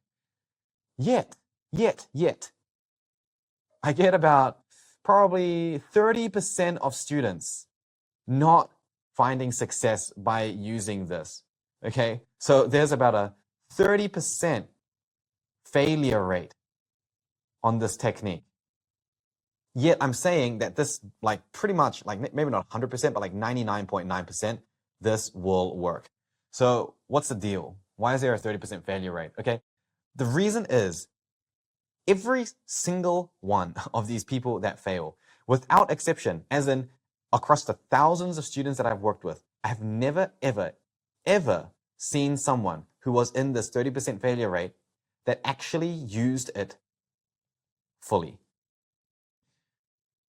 They're usually like, oh, I'll just use the B. Oh, I'll just use the B and then the D. Oh, that should be enough for me. And then a month later, I might email them and say, hey, how's everything going? How's your procrastination? And they're like, oh yeah, no, it didn't really work for me. And then I'll tell them, hey, can you give me your work? Let me review it. What's going on? And they'll send it to me. And it's like, my friend, you have used 40% of the system. Why are you only using 40% of the system? Do you care that little? Are you that unwilling to take control over your life so much that you're willing to just sacrifice all of your productivity for it? So you need to kind of take this seriously, and you need to sort of take yourself seriously a little bit as well, and really be in control of your actions and sort of take ownership for it. You know, mom's not going to come help you and save you. It's up to you. You know, you're the owner of your own success. And if you're learning a system like this, which like it seriously works, and you just don't apply it fully, or you just do it as the minimum amount of thing. And I know that when you're going through school, you know, there's a tendency to learn to do the minimum amount of work. Okay, the minimum, the bare minimum that we need to do. But this is not the time to be doing the bare minimum. This is your life we're talking about. Again, it's a skill. It's not a subject. No one's going to assess you on this except for yourself 20 years from now, looking back at whether you regret the way you lived your life. So don't do the bare minimum. Do the maximum. Do your best. Really try hard, you know. Don't just say you're someone that works hard. Actually put the proverbial money where your mouth is and, you know, really sink your teeth into this and give it a go. So anyway, little rant over. Let's get into the BEDS-M system and actually go through what it is. A few pictures to indicate to you what each thing is. You may recognize a few things. You may have ideas about what they are, but let's get into it. So the first thing, the B here stands for burnt ships or burn the ships. Okay, the burnt ships strategy. Now, there's some interesting history behind this. It comes up in a lot of war manuals. It's come up in a very famous book called Art of War by Sun Tzu, which is, you know, listed as one of the greatest books that's ever written. It's literally a manual for war written by a Chinese war general, like a very long time ago. But this burnt ship strategy, actually, as far as we know, originated from a guy called Cortez. And in summary, what he said was that he was invading a foreign land. And when his soldiers arrived on shore, what he told them was, men, burn the ships. And so they arrived on this foreign land to invade. And what they did is they actually burnt their ships. Why did they do this? They did this so that there was no way out. No way out. There was no chance of escape. So the burnt ship strategy says that if you really want to get something done, you want to make it so that there's no chance for failure. If you screw it up, there's no escape. There's no consolation prize. There's not a lot of times when you're studying and when you're at school where you can like burn your ships. You can't like get to school and say, Mom, I need you to blow up the car now. That's not how it works. It's like you get to school and then you burn your house down. That's not what I'm telling you to do. What I'm saying is that you want to make the consequences of failure higher, something that you truly fear. So let's use a very simple example, okay? You need to go home and you need to study. So let's say that you're planning on studying at 5 p.m. and you want to get 2 hours of solid work done that evening, and you're planning on doing that between 5 to 6 p.m. And then after dinner, maybe you're planning on doing that from 7:30 till 8:30 p.m. That's your goal. This is your goal for the day. Now, if you really want to make sure that you get this goal done, what you might do is you might tell your parents that this is your goal and to check with you afterwards. So here are some ideas. Get your parents to check that you did this. Tell your friends. And you have to send your friends some photos that you've done it. And if you don't send your friends the photos, or if they think, I'm not really sure if you really studied, you might even get them to actually even quiz you so that, they know that you actually sat down and properly learned it. You didn't just cram through and write a bunch of notes. So you might get your friends to do that. And you might say, if I don't, I owe you one massive favor, or you can make me do any kind of dare, and you have to do it. And you've got social punishment if you don't do it. Famous example, there's this YouTuber called Thomas Frank, and he had a burnt ship strategy when it comes to waking up early in the morning. And he rigged up this thing where automatically, if he doesn't wake up and I think turn his alarm off or scan a certain thing in his bathroom or something like that, within, I think 5 or 10 minutes of the alarm going off, it would automatically tweet out something to his lots of followers, where the first 50 people would get given $5 or something like that, or $10. So for him, not waking up early actually meant he's going to lose some hard code cash. So maybe you want to have something like that. Maybe tell your parents, you know what? If I don't do this, I'm going to give you, $50. So a lot of people are very afraid of using the burnt ship strategy. And honestly, when I started using this as well, I was pretty terrified as well, because I was like, wow, I seriously do not want to suffer these I did all of this stuff. I made consequences that were seriously, I will never be able to go out in public ever again. And it was scary, and it worked, because you just do not give yourself the option. So I often say procrastination is one of those things that we give it this big fancy word, procrastination. It's like magic. It's like, oh, it must be like this phenomenon of human psychology. It just exists. It's unescapable. It's the law of the universe. Like the universe itself is sending its energy in order to make me procrastinate. But it's totally not. Procrastination is a very beatable thing. In a way, it's a very modern sort of thing. It's basically our brain saying, I don't want to do anything that's not important. It doesn't want to do anything that's not relevant. Because again, just like how it will forget things that's not relevant and important, if something doesn't seem like it's worth the effort, if you can't see the gain from it, and often, again, because going back to the cave theory, we don't tend to live very long, so short-term gain was actually a lot more important than long-term gain. It's better to make sure you stay alive that week than plan about what you're going to do 10 years from now, because you might not even be alive next year. So our brain is kind of hardwired to really prioritize this short-term gain. So your brain is saying, look, I don't know how much short-term gain I'm getting from this thing, so it doesn't seem like it's very important. So I'm just going to go do something else instead, which is less energy consuming, because these calories are extremely important for me to stay alive. Your brain doesn't realize that there's such a thing as supermarkets now and processed sugar. So because of that, your brain, good on it for trying to keep you safe and alive and not use up all your calories, is saying, this is not worth it, so I'm going to procrastinate. But let's say some crazed killer escapes prison and then holds your whole family hostage and somehow managed to kidnap everyone you've ever met and loved, and says, hey, if you don't study, I'm going to torture everyone that you've ever met. You're going to study. You're going to say, okay, screw the brain. Okay, don't tell me it's not important. Everyone's life is on the line.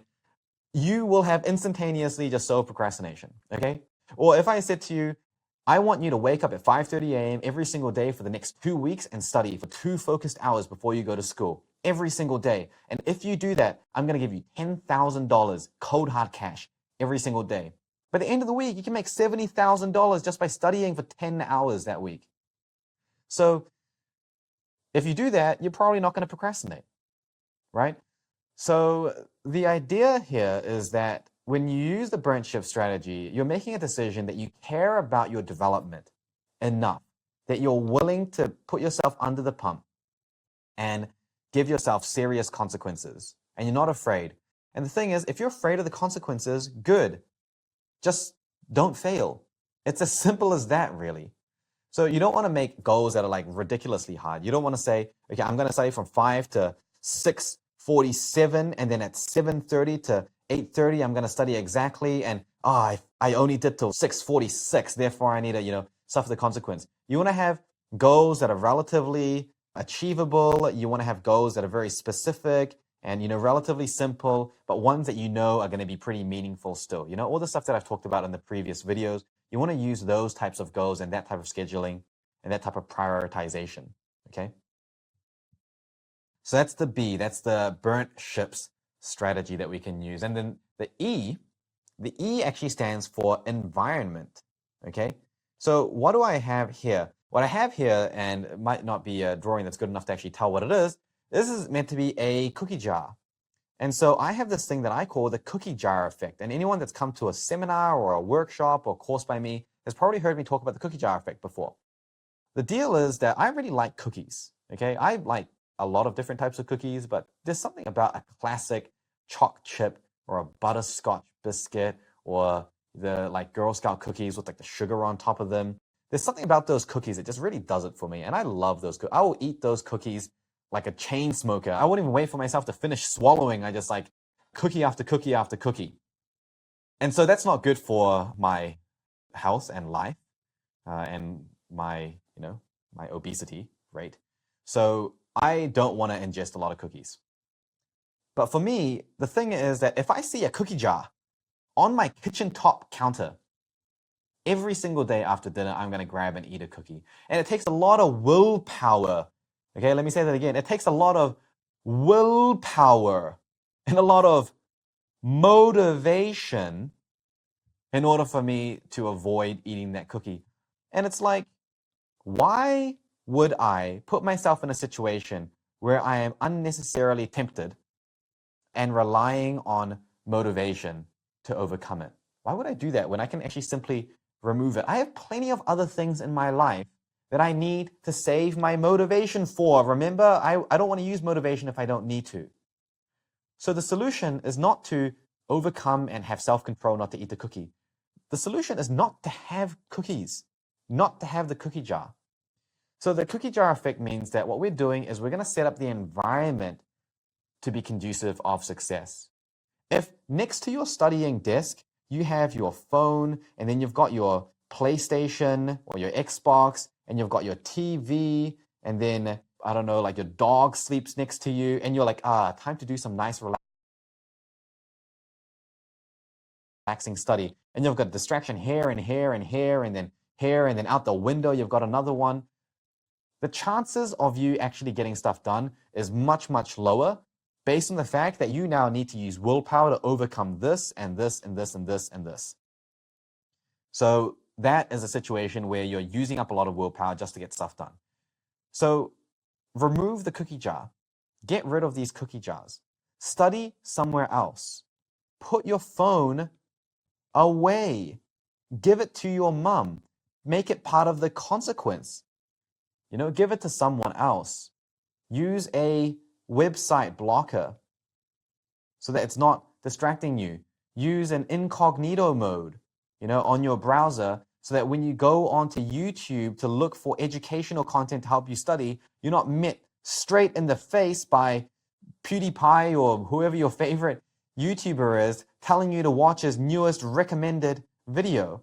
You got to remember, YouTube is an entire website where they're putting millions of dollars into making you stay on that website and watch video again, and again, and again. And the same with things like Netflix. These things are actually created to distract you. So if you're putting yourself right in the line of fire, don't be surprised if you get shot and then end up procrastinating. So use things like incognito, where you're not signed in, where you're not going to have to see these recommended ones. And instead, you just see those random recommended ones that show up when you log in as a guest and you think, who actually watches all these things? When you study, study in a different room entirely. One of my students, actually Olivia, the student that I gave you the story about before, she actually studied in a garage. Yes, literally, she moved a desk into her garage and studied in there because there was nothing else to do.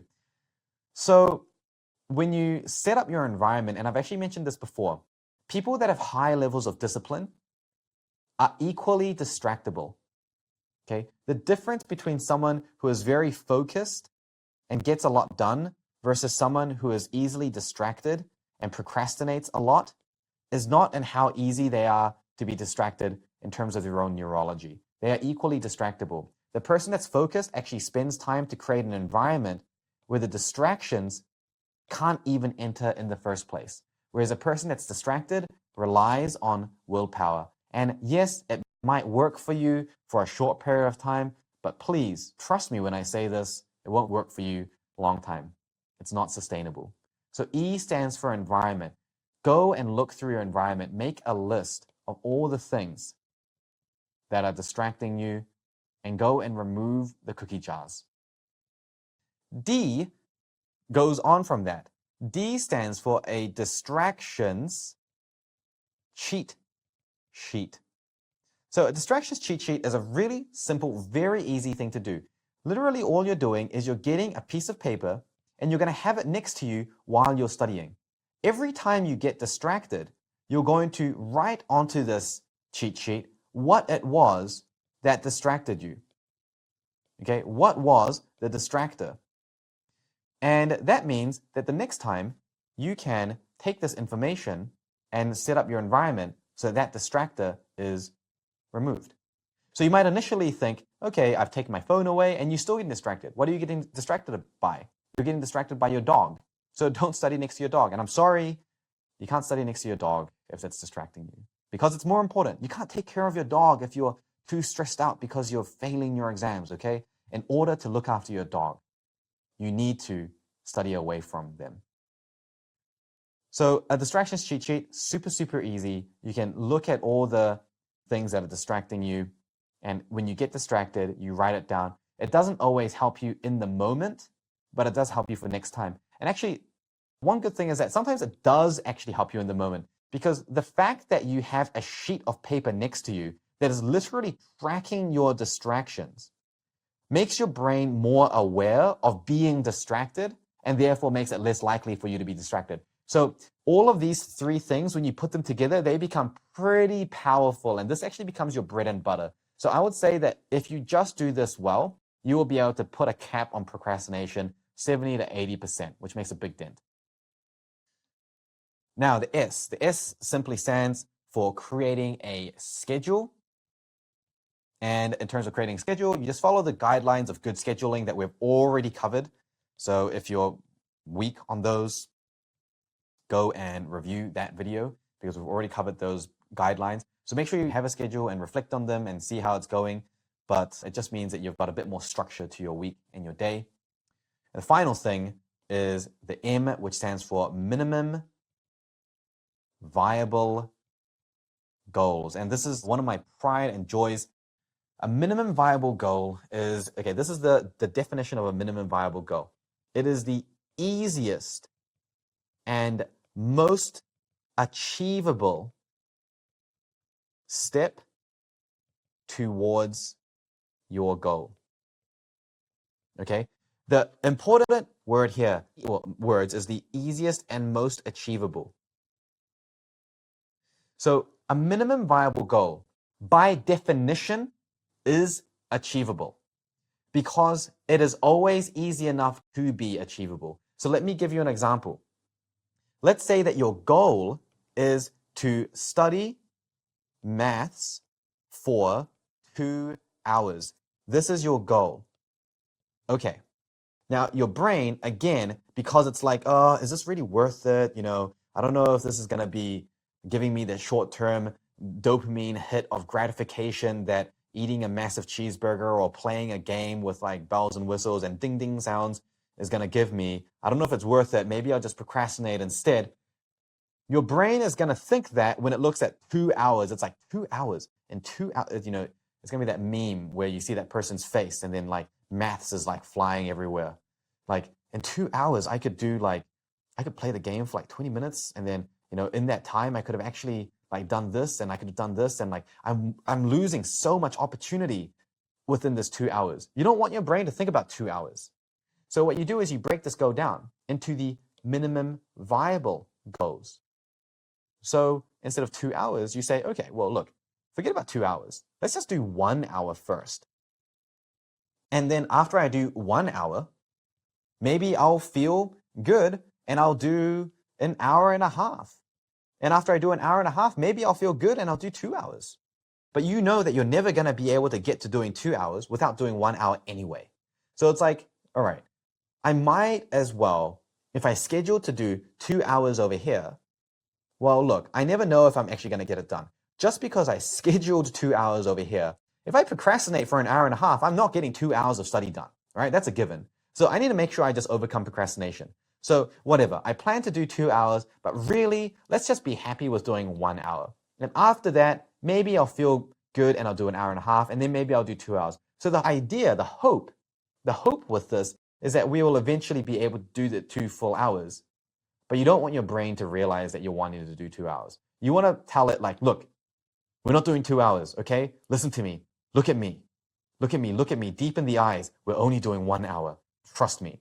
We're only doing 1 hour. And when we get to 1 hour, you say, look, just 30 more minutes. Pull through. Just 30 more minutes. And then you say, you know what? We're so close. Let's just do 2 hours. And this is what you want to do with your brain. You want to like trick it and lead it on. But actually, 1 hour is a lot as well. So why not actually just focus on doing it for 15 minutes? All right? 15 minutes. And you might think, 15 minutes? I can't do any real study in 15 minutes. That's not the point. That's not the point. You don't have to worry about getting any real study done in 15 minutes because the reality is, if you procrastinate, you don't get any study done in any amount of time. Doing 15 minutes now is at least better than spending 30 minutes procrastinating and not getting anything done and feeling super cruddy afterwards because you just procrastinated your entire life away. So the 15 minutes is not to say we're only doing 15 minutes. It's to say we're going to at least be able to do 15 minutes. And if we're feeling good, maybe we stretch that out to 30 minutes. And maybe if we're feeling good, we stretch that out to 45 minutes. And if we're feeling good, we stretch that to 1 hour. And then maybe that becomes 2 hours because we're leading our brain along. But on the same vein, we can even make this easier. 15 minutes? What about just 2 minutes? What about not even 2 minutes? In order for me to start studying, because that's the hardest part, right? Just getting started. What if all I need to do is sit at my desk with my books out? In fact, what if all I need to do is just sit at my desk? In fact, what if all I need to do is simply stand up from, if you're not at your desk already, if you're on the couch, what if I just need to stand up? In fact, what if all I need to do is look away from whatever I'm doing right now? And this is the minimum viable goal. This is the thing that takes 0.0001% motivation. This is the plan that was on the bottom of the curve. No matter what your motivation is doing, you're always going to have at least enough motivation to just look away. Let's say that you're sitting on the couch and you're watching TV and you're like, I just can't be bothered studying. All right, fine. You can't be bothered studying. Don't study. Look, just look away from the TV. Look away from the TV. Good. Now, all I want you to do is while you're looking away, reach for the remote, just turn the TV off. You can turn the TV back on, all right? Don't worry, brain. We're not going to study. We're certainly not going to study for 2 hours. We're just going to stand up. Okay, we're gonna go sit at the desk. As soon as we sit at the desk, I promise, we're going to go back to the couch. All right, brain, listen to me. We're going to sit at the desk, and we're going to go back to the couch, turn the TV on. We're going to watch TV again, okay? This is nothing. It's just, we're going to spend 30 seconds, look away, turn the TV off, stand up, sit at the desk, and then we're going to go back. That's it. We're just going to do that. But look, we're at the desk anyway. Let's just get the books out. Let's just get the books out. We'll just get the books out. As soon as the books are out, I'm not even going to put the books away. We're going to go back to the couch and we're going to watch TV again. That's fine. But since the books are out, let's just study for 2 minutes, just 2 minutes, okay? I promise, just 2 minutes, and then we're done. And we're going to go back. I swear on my life, we're going to go back and watch TV again. Look, we've already done 2 minutes. Why don't we do 10 more minutes? Why don't we hit 15 minutes? And then we're going to feel kind of good. We did some study. Why don't we, we've gotten into it. And honestly, by this point, you're going to get to 30 minutes, 45, maybe even an hour. Even if your goal was to ultimately do 2 hours, if you only end up doing 1 hour, or maybe even only 30 minutes, you might think that that's a failure, but it's not. It's not a full win, because a full win would have been 2 hours, but it's almost a win. Because when it comes to procrastination, what is the hardest part? The hardest part is here. The hardest part is starting.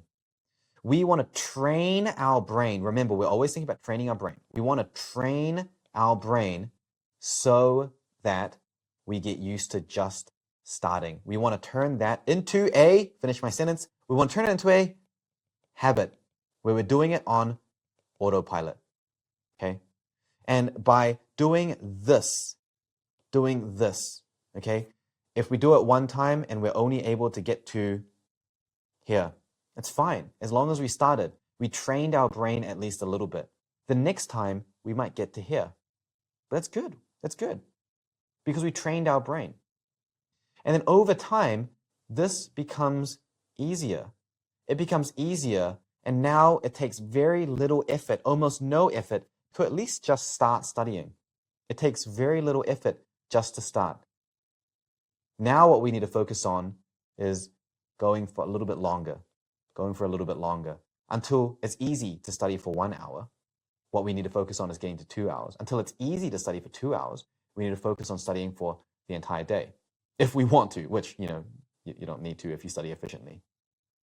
So this is the way that it works, is that we're building the habit, we're building it one step at a time. We're saying we can't get to the mountain without having the first step there sorted first. We can't start studying if we're not even at our desk. So there's no point thinking about studying until we're even at our desk. Okay? It's not about what you're able to get done at each step. It's about training our brain to turn the process of just starting into a habit, something that we do on autopilot. And eventually, you won't need to even think about this. Eventually, this will become very easy. And eventually, we won't have to think about it at all. We'll simply be able to sit and start and get into it. And I can honestly say that for me, and a lot of the I Can Study team, and a lot of our students, in fact, as well, we don't procrastinate. We legitimately just never procrastinate because of the fact that we don't require motivation. We have environments that are highly focused. We keep each other accountable. And most importantly, we do the work that we need to do because it's a habit and we're used to it. And we are not creating a habit out of procrastinating. So use the BEDS-M system and remember, 30% failure rate, but only when you don't use it. And it's extremely rare for me to see someone that used this entire system and still was not able to put a cap on procrastination.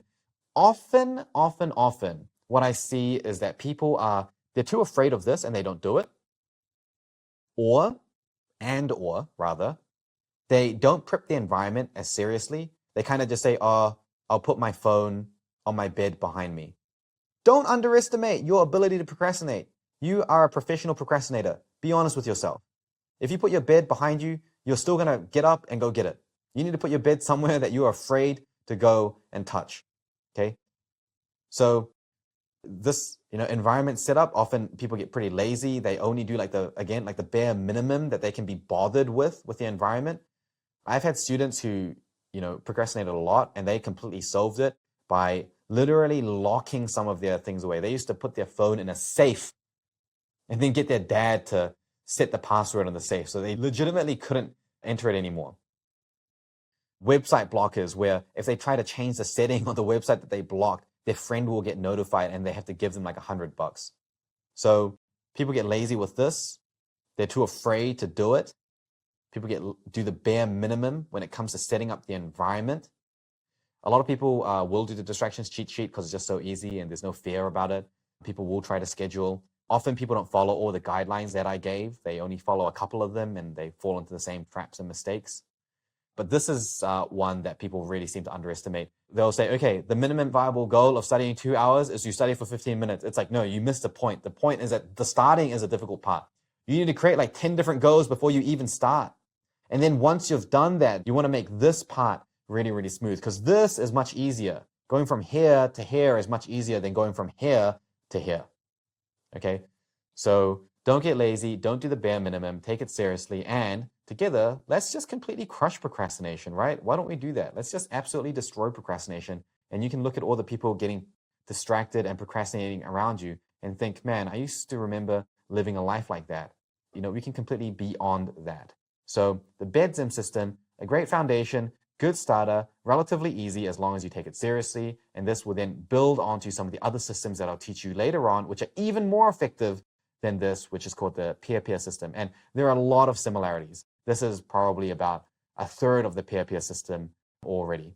So look forward to that. But before that, make sure that you're able to do this.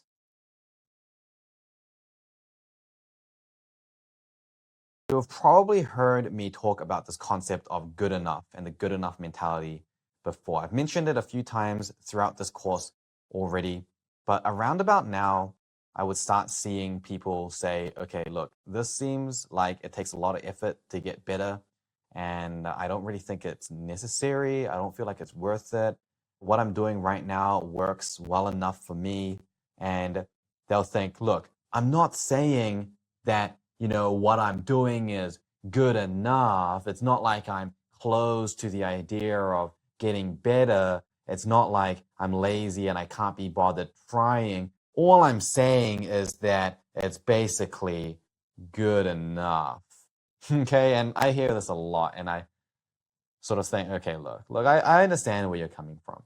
And I understand because I used to feel the same way. The thing with a good enough mentality, and the reason I'm bringing it up again, is because I don't know if it's single-handedly the biggest, but it's pretty close to being up there at the top of the most common reasons why really good students, really driven students, ones that I think really deserve to succeed because they put in a lot of effort, actually fail. And it's pretty sad to see this sometimes, actually. I'll see a lot of students who have always thought, what I'm doing is good enough, and they put in that effort, and then a year or two later, I'm not helping them to change their skills and improve their efficiency or study more effectively or manage their time or stress better anymore. What I'm teaching them is how to cope with the feeling of regret of all the opportunity that they've lost. And that's honestly sad. And I don't want to see that happen to you, okay? I don't want you to have gone through our course. I don't want you to go through this course that I've tirelessly put together for you. And then I don't want you to go through the end of that and think, you know what I'm doing is good enough.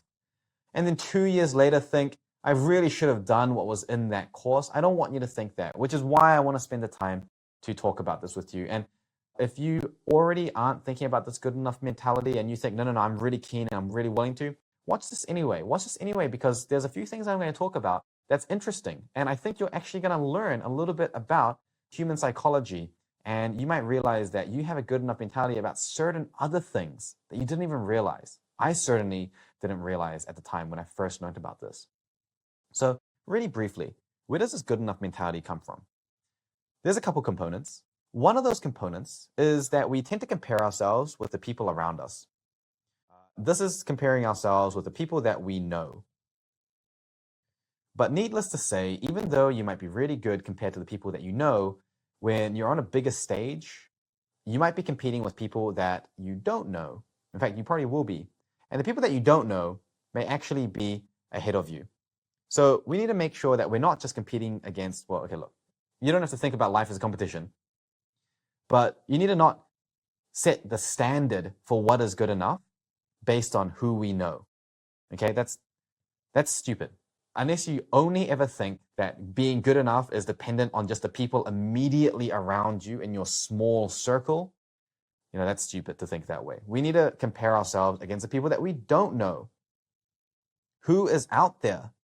Because that's ultimately who other people are going to compare and rank us, and what that competition is about. It's not about just you and the people that you know. Okay, life is not a running race where you're in heat number 1 and you only get ranked within your heat. Life is a national thing. It's an international thing. It's about holding a standard that society is setting based on everyone, not just your little circle. So if you think what you're trying to do is good enough, and if the thing you're trying to do, the goal that you're trying to achieve, that star of your goal, if that's going to actually compare you against people that you don't know, you also need to be holding yourself accountable and setting yourself a similar standard. So that alone should already tell you that you shouldn't think that what you're doing is good enough unless you already know everyone else, everyone in the entire pool, unless you know everyone, but you probably don't. The other thing is that people sort of compare how good things are based on right now. Okay? And this again is really stupid because challenges always get harder. As life goes on, challenges increase. Okay? So if what you're doing, if your skill level right now is like here, yes, it's good enough right now. That does not mean at all that it will be good enough later. Okay? So people often think that, okay, the only difference is that in order to do that, all I need to do here is I just need to try harder. And if I try harder, I will be able to compensate for that and it'll be good enough again as well. And they often think that because right now they're not trying very hard. Simply, this underestimates the challenges that you're going to encounter in the future. So here's the thing. When you're in high school, okay, here's something that you really need to understand, right? When you're in high school, everyone around you, okay, is much more diverse than what you tend to find later on, where you actually will care about how you're being compared. Okay? So we'll take 2 examples, okay? So in the first example, let's say that you're trying to get hired by a prestigious firm or work at a prestigious company. When you're in high school, the people around you are not all trying to get into that prestigious company. It's you and a couple of your friends maybe. Later on, when you're in university, for example, everyone around you also has the same goal. Because the people that weren't interested, they went to do other things. They did engineering or medicine or, whatever. The people that were like you and had your similar goal are all congregating at the same place.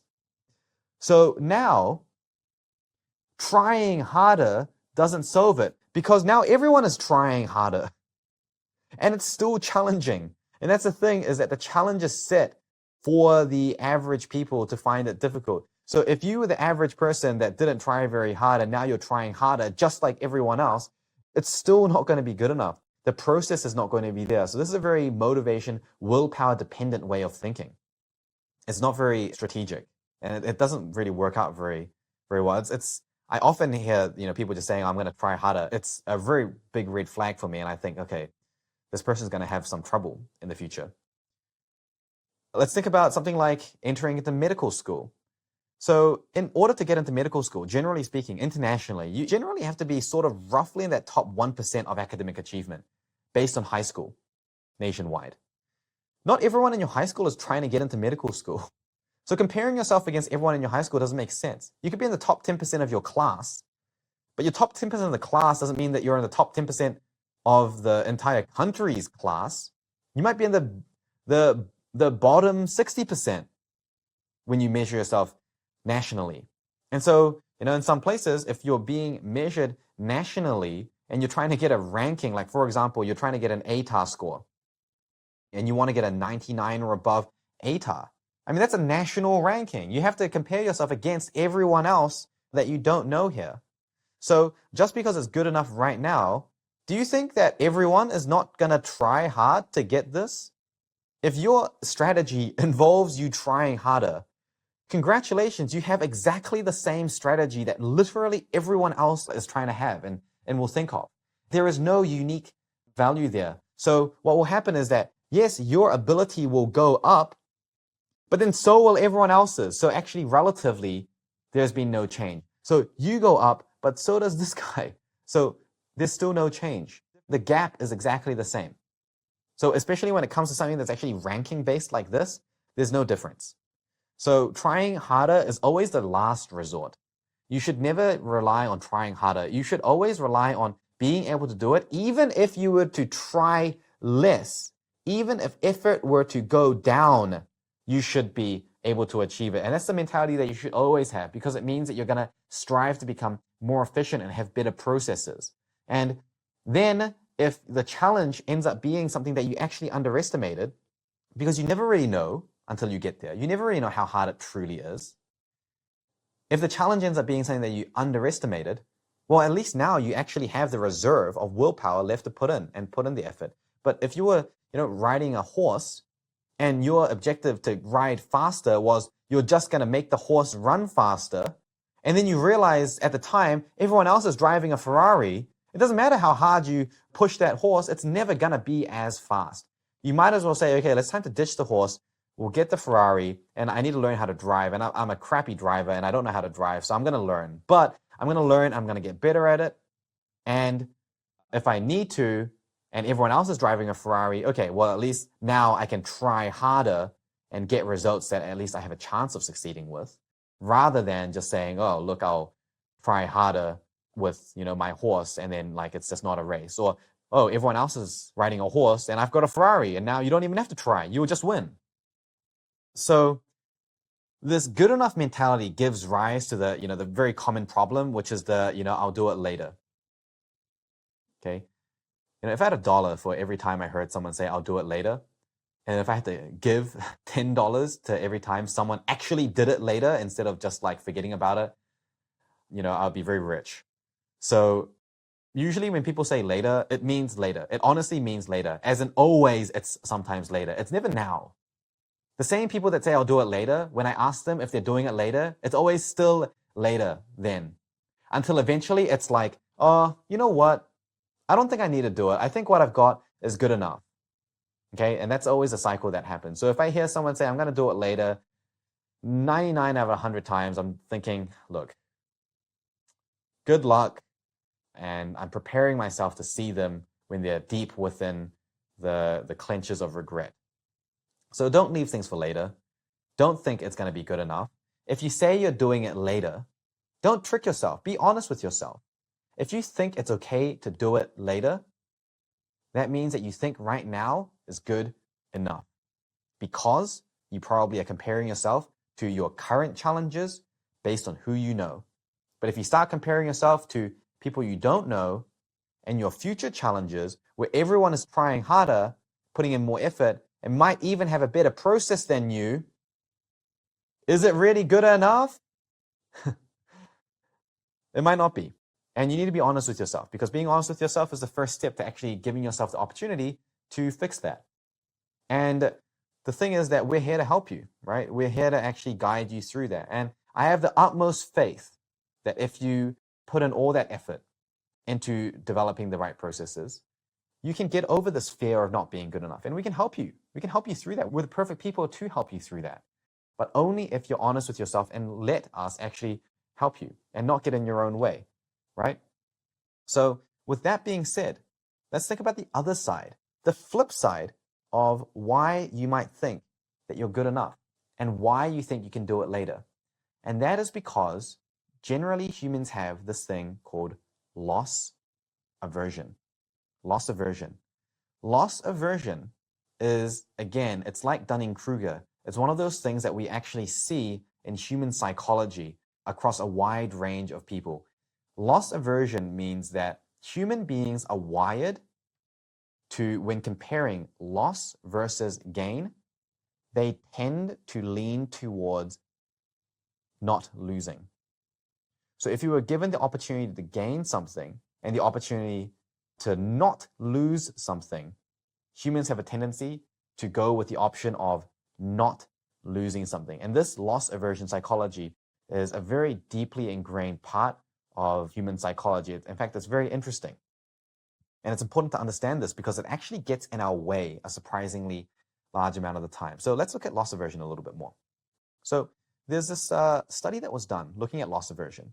And it basically said, we're going to flip a coin. If the coin lands on heads, you're going to make money. If it lands on tails, you're going to lose money. And we looked at how much do you have to win in order for us to choose heads over tails. So I already said that we tend to favor not losing something rather than gaining something, all right? So if we had $100 that we could lose if it lands on tails, and if it wins, we could gain $100. We're not going to pick that because, okay, if this is a fair coin, there should be a 50-50 chance, right, of heads or tails. So if we play it, 1,000,000 times, we should end up with, 0 loss because it will, you'll get 50% heads, 50% tails, okay? So no win, no loss. So in this case, it doesn't really make sense to go with heads very much because you're not really standing to gain much from it. So let's ramp this up a little bit. Okay, let's say that instead of $100, it's $110. So now if it lands on heads, we have a chance of winning money. So if we would play this 1,000,000 times, we should actually end up positive. We should have actually made a profit because there's a 50% chance of going on heads, 50% of tails. So therefore, overall, we would expect that we would land on heads just as much as tails and therefore gain kind of $10 extra because of that. But is this enough? If I told you, if I legitimately came up to you and I said, hey, you, I'm sorry, I don't know what your name is right now because I'm talking to you, number one, from the past, and number two, through a video. But hey, you, friend, we're going to play a game where I flip a coin. And if it lands on heads, I'll give you $110. If it lands on tails, you're going to lose $100. Do you want to play? You're probably going to say no. And this was what the study was. And it looked at what is the number? At what point? Is it 120? Will you play then? Is it 130? Is it 150? When will you play? And what we found was that roughly we need $200 if this is $100. Okay?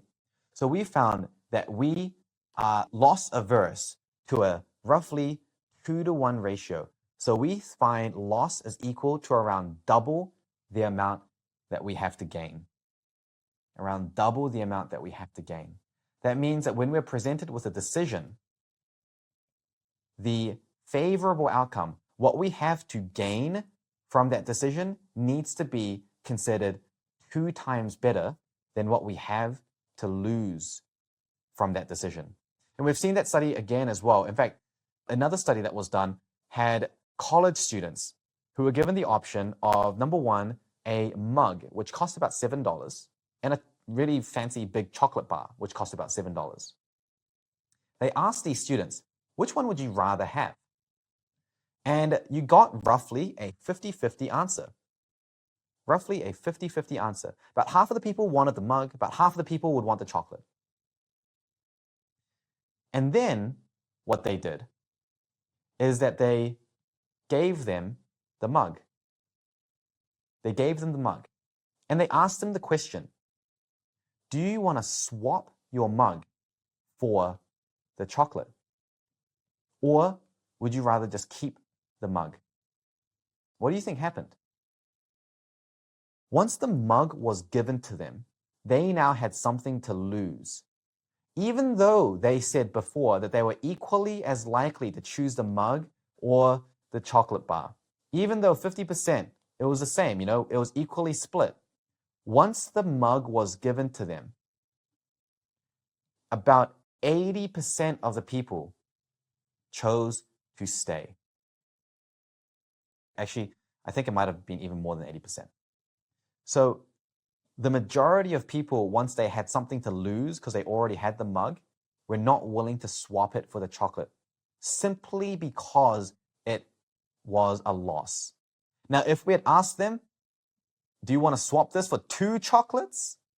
We would expect that a lot more people would have said yes to swap. But when it's an equal trade, we do the thing that makes sure that we do not lose, So loss aversion mentality is extremely important to understand, because we need to understand that although this is something that our brain has become very good at, because again, back to that cave theory, we were in an environment that was very volatile, where, what you had to lose was potentially your life, okay?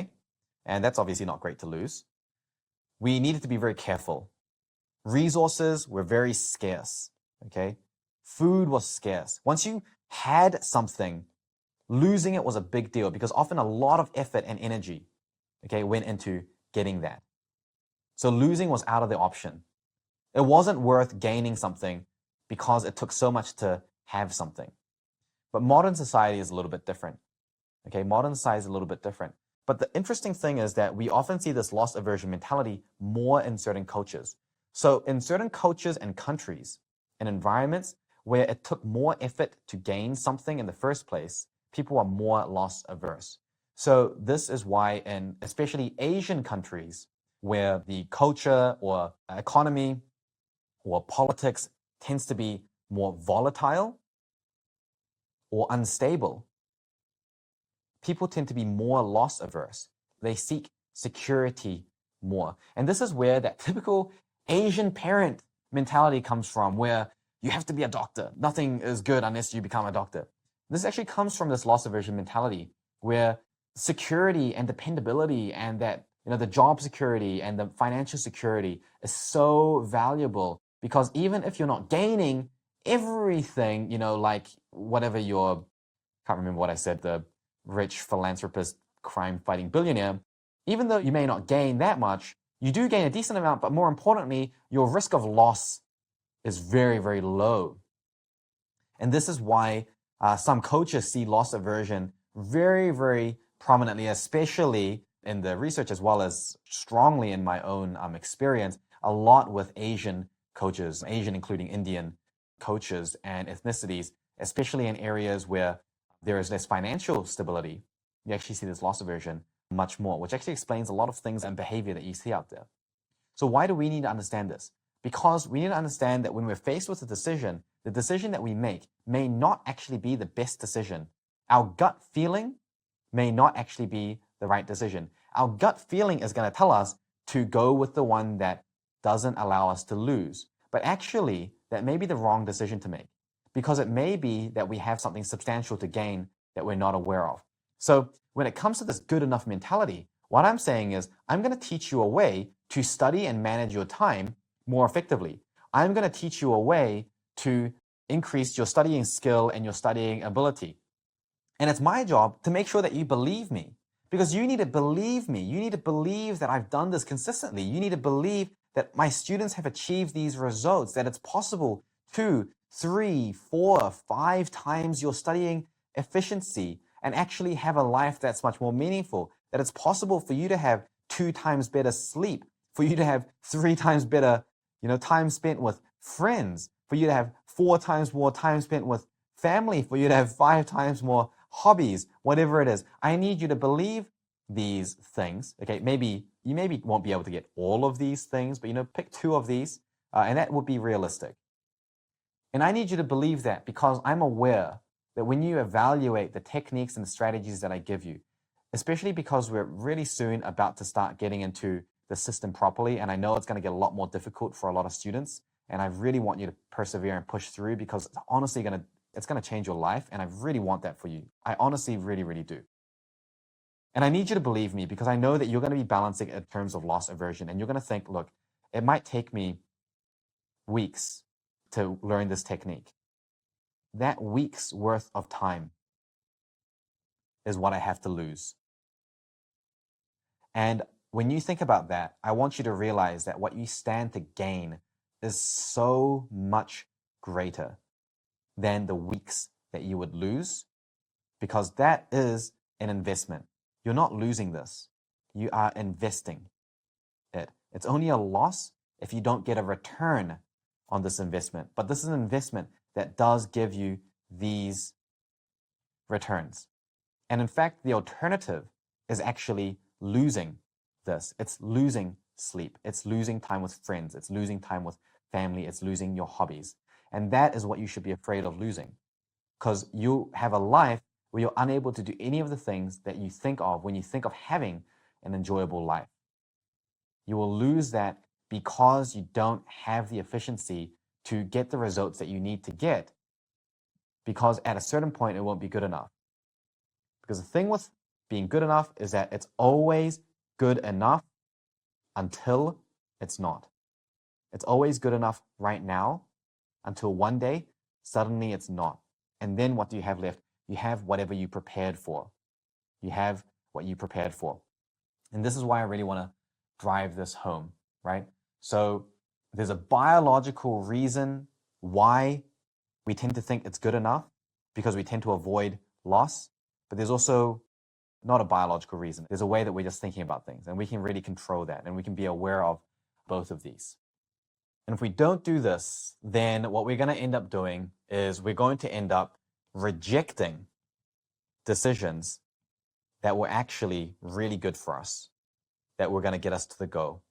Okay, we're going to end up rejecting decisions that are actually good for us if we're not aware of this.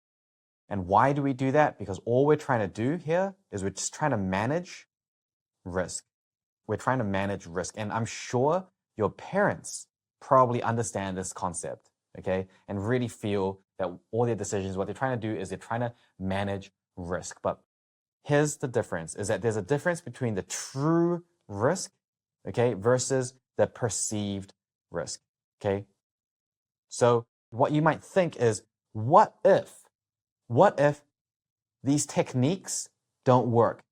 What if it doesn't work? What if the system that Justin is going to teach me, what if it doesn't work for me? What you're really risking, if you then make the decision from here, if it doesn't work, I'm not going to do it. I'm going to reject this. I'm not going to give it a go. What you're really risking here is the opportunity. You're risking an opportunity for improvement. That's the true loss here. By deciding to do something that may not work, that you think may not work, you decide to remove the opportunity of it possibly working. What you're doing right now eventually may not work as well. In fact, depending on how much effort you're putting in, you can really calibrate that. If you're trying really, really hard in order to get a decent enough result right now, if you're trying hard to do well now, then it's not going to be good enough later, because you can't try any harder and challenges are going to get more difficult. So, what are you going to do? You can't try any harder. And if that's your solution, then that definitely doesn't work. Whereas this has the opportunity to at least work. So that's the true risk there. The true thing that you're losing is the opportunity for improvement. Okay, maybe the other risk you have is, what if I don't have enough time? What if I don't have enough time to experiment on this? What if I'm losing time? But again, what I said before is that you're not losing time if it's an investment that actually allows you to utilize this opportunity. The true loss here is when you think, I don't have enough time, so you keep doing what doesn't work. And this way, you're still spending time, but you're spending time in a way that doesn't develop any skills, that doesn't have any opportunity for improvement, and is not going to work for you or be good enough for you later in the future. So there's no alternative. And if that's uncomfortable to think about, we can work through that together. We're here to help you succeed. But you can't bury your head in the sand and say, it's scary to think that what I'm doing is not going to work in the future, so I'm not going to try to improve it. If you were doing this by yourself, I could understand that. But if you're working with us, that's not acceptable. We need to work through it together so that we can change things. And finally, the perceived risk is that of a short-term gain. Okay? What we're saying is that we're looking at saying, my grades could be better right now if I just spent more time memorizing. Maybe if your test is in a couple weeks and you spend more time memorizing, you're going to get that short-term gain. But then what about your next test and your next test? And you're going to keep just doing it later. And this is a spiral. This is a spiral because you never have time, because you're always doing these things, you're filling your time with this short-term gain, rather than the real risk here, which is that you are risking the inevitable loss of long-term gain. Inevitably. How will you ever develop the skills necessary? To develop these skills, it takes time. Where does that time come from? Do you have heaps of free time already? If not, it's got to come from here. So if you're choosing to do this, if you're choosing to prioritize short-term gain, you are choosing not to invest time to develop these skills. So you will not be able to have the long-term gain. It's not possible. So this is what you truly have to risk versus this, which might be what you think you have to risk. One of the risks that you're managing actually matters. The other risk is just an illusion. These are not real. These are real. These are certain. These are definite. So when we're looking at managing risk, make sure that we're managing the right risk. I'm not saying don't be loss averse. It's impossible not to be. It's wired into your biology. I'm just as loss averse as you are. I'm just saying be sure of what you're really losing here and make the right decision so we don't stop ourselves from deciding things that will actually be in our best interest. So we're now at the end of technique training, and it's time for another checkpoint to make sure that we're ready to move on to Ascent 1. The transition from technique training through Ascent 1, this period of time is, I would say, the most important transition and the cognitively most difficult transition of the entire course. If we can get this right, everything else starts clicking into place. If we can't get this right, it is a constant struggle every lesson, every stage, and progress is slow and it is grim. This is, I would say, the most important checkpoint that there is to be. The important things up on top of the fundamentals that we need to be achieving by this point is that we need to have very good ability to write notes non-linearly. We need to be very good with our copes. It may not be perfect, but we need to be consistent with our copes, and the copes technique needs to be reasonably accurate. We need to make sure that we have a good process of creating chunks and finding relationships using the process of inquiry. And this is the really important thing. It's a paradigm shift. Before this point, we would normally see information and sensory data as the priority. We're thinking about information. We're thinking about getting information down. And at this point, we need to start changing that so that we realize the most important thing is not the information. The information comes secondary to when we understand the relationships. It's about seeing that it's actually possible to learn information without even trying when we focus on the relationships, and realizing it's possible to learn relationships when we don't even know the information, which seems completely impossible and counterintuitive, but it's just the way that the brain works, automatically filling in lower levels of learning when we put our sights on the higher levels. So what we're doing is we're using the questioning process. We're getting used to asking questions of the information, tapping into our curiosity and engaging ourselves, actively engaging ourselves, and creating a skill around that. And we are using these questions to point our brain in a certain direction. When we ask the question, it forces us to think in a certain way. And we are using that phenomenon to point our brain towards the information in a certain way. And that direction is looking at where are the relationships? How are these ideas connected together?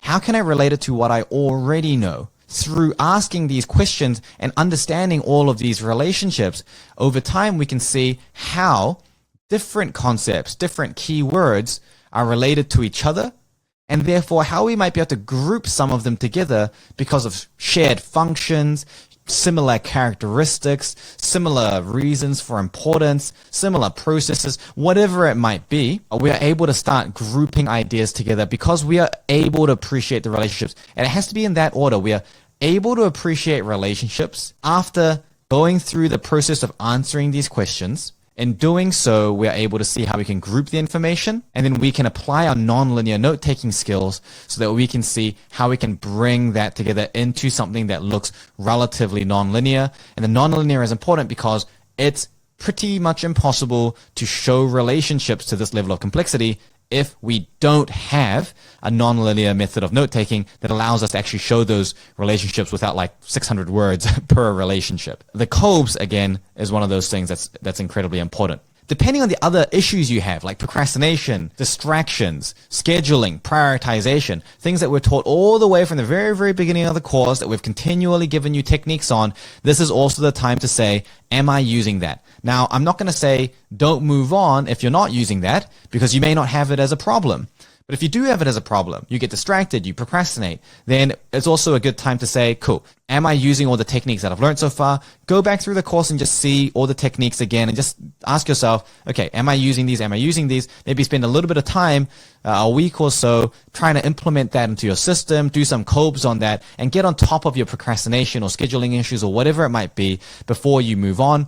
You can keep working on that through the later stages, perfectly fine, but it starts getting a little bit harder to refine the technique starting from here on. I don't think you want that hanging over your head. You want to get the ball rolling on that to a certain level of momentum before you then start tackling the other stages. But, you know, if you're feeling like the ball is rolling, then it's fine to continue refining and improving that through the later stages for sure. Now let's take a look at some of the work and we'll make a decision about whether if your work looks like this, you can move on or not. So again, have your work open, compare what you're doing with these exemplars, and we'll go through and make a few decisions here. The first piece of work that we're going to look at here is a compilation of a number of things, and we're going to start by having a look at the COBE cycle and make a decision about whether we think this COBE cycle is good enough for the stage. So straight away, there are some positive things that we can see. Number one, it looks fairly long, but then this one is pretty short. I mean, it looks long, but the column is very narrow, so it's actually not very detailed. What's the problem with the reflection not being detailed enough? Well, the problem is that if the reflection is not detailed enough, then we don't have enough data to figure out what the problem is. And so it goes like this. When we do our COBES, the experience is just the parameters of what we're thinking about. The reflection is all the information, the data about the experience. By the end of the reflection, we should have all the clues, all the evidence, all the observations and data that we need to start being able to see why we are having the problem. And if we don't have that enough data, then that runs into the most common issue with COBES, which is that the abstraction becomes far too theoretical. We start thinking, I wonder why I'm having this issue. And we're almost just guessing or making estimates. And yes, we're using theory that we've learned maybe on the course or somewhere else, but it relies on the amount of knowledge that we have and the amount of theory that we have. And that's going to be self-limiting because you may not know what the problem is, because you haven't learned enough about what the problem is, but you may not learn enough about the problem until you realize where your problem is. It's a self-defeating spiral because you may not have awareness of the characteristic of your problem to know what the problem truly comes from and therefore not know how to really think about it. We get past that by being very observational. We want our reflection to be the data that we use for our abstraction, which is observational. So in our reflection, all we should be doing is really saying, okay, cool. So I tried to sort a thing and it didn't go the way that I wanted. So this experience is perfect. I tried to do it and it didn't go the way that I wanted. We reflect on it and characterize everything that we need to, and we follow the worksheet as best as we can and all of that sort of stuff. When we're going through the abstraction, we should just say, okay, so it looks like when I do, it looks like when I do this, and then when this happens, then I start feeling like this, and then I respond by doing this and this and this. Okay, cool. That's the abstraction that you make. It's an observation. So it looks like, based on this reflection, that I behaved like this when I felt like this, but that only happens when this and this occurs. And then the same thing happens when I feel like this, and that actually happens for a very similar reason. So it looks like whenever this type of thing happens, it makes me feel this way, and I tend to respond by doing this. That is an abstraction, and that's the perfect type of abstraction that we want. When we do it that way, it's purely observational. So therefore, it's very unlikely for it to be incorrect. And what we do is then we check that against our theory. Does that abstraction make sense? Based on what I know about cognitive load and studying and learning principles and self-awareness and prioritization and everything that I've learned in the course so far, does that make sense? Yep, it makes sense. Based on what I know, that theory, this is a valid explanation for why I might be having these problems. And now we've done a check. Or we might say, I don't think it quite makes sense. And then we would go back and maybe reflect on it a little bit more, try to deepen that understanding, or maybe we just have to do a few more cycles and collect a little bit more information to really figure out where the root problem is.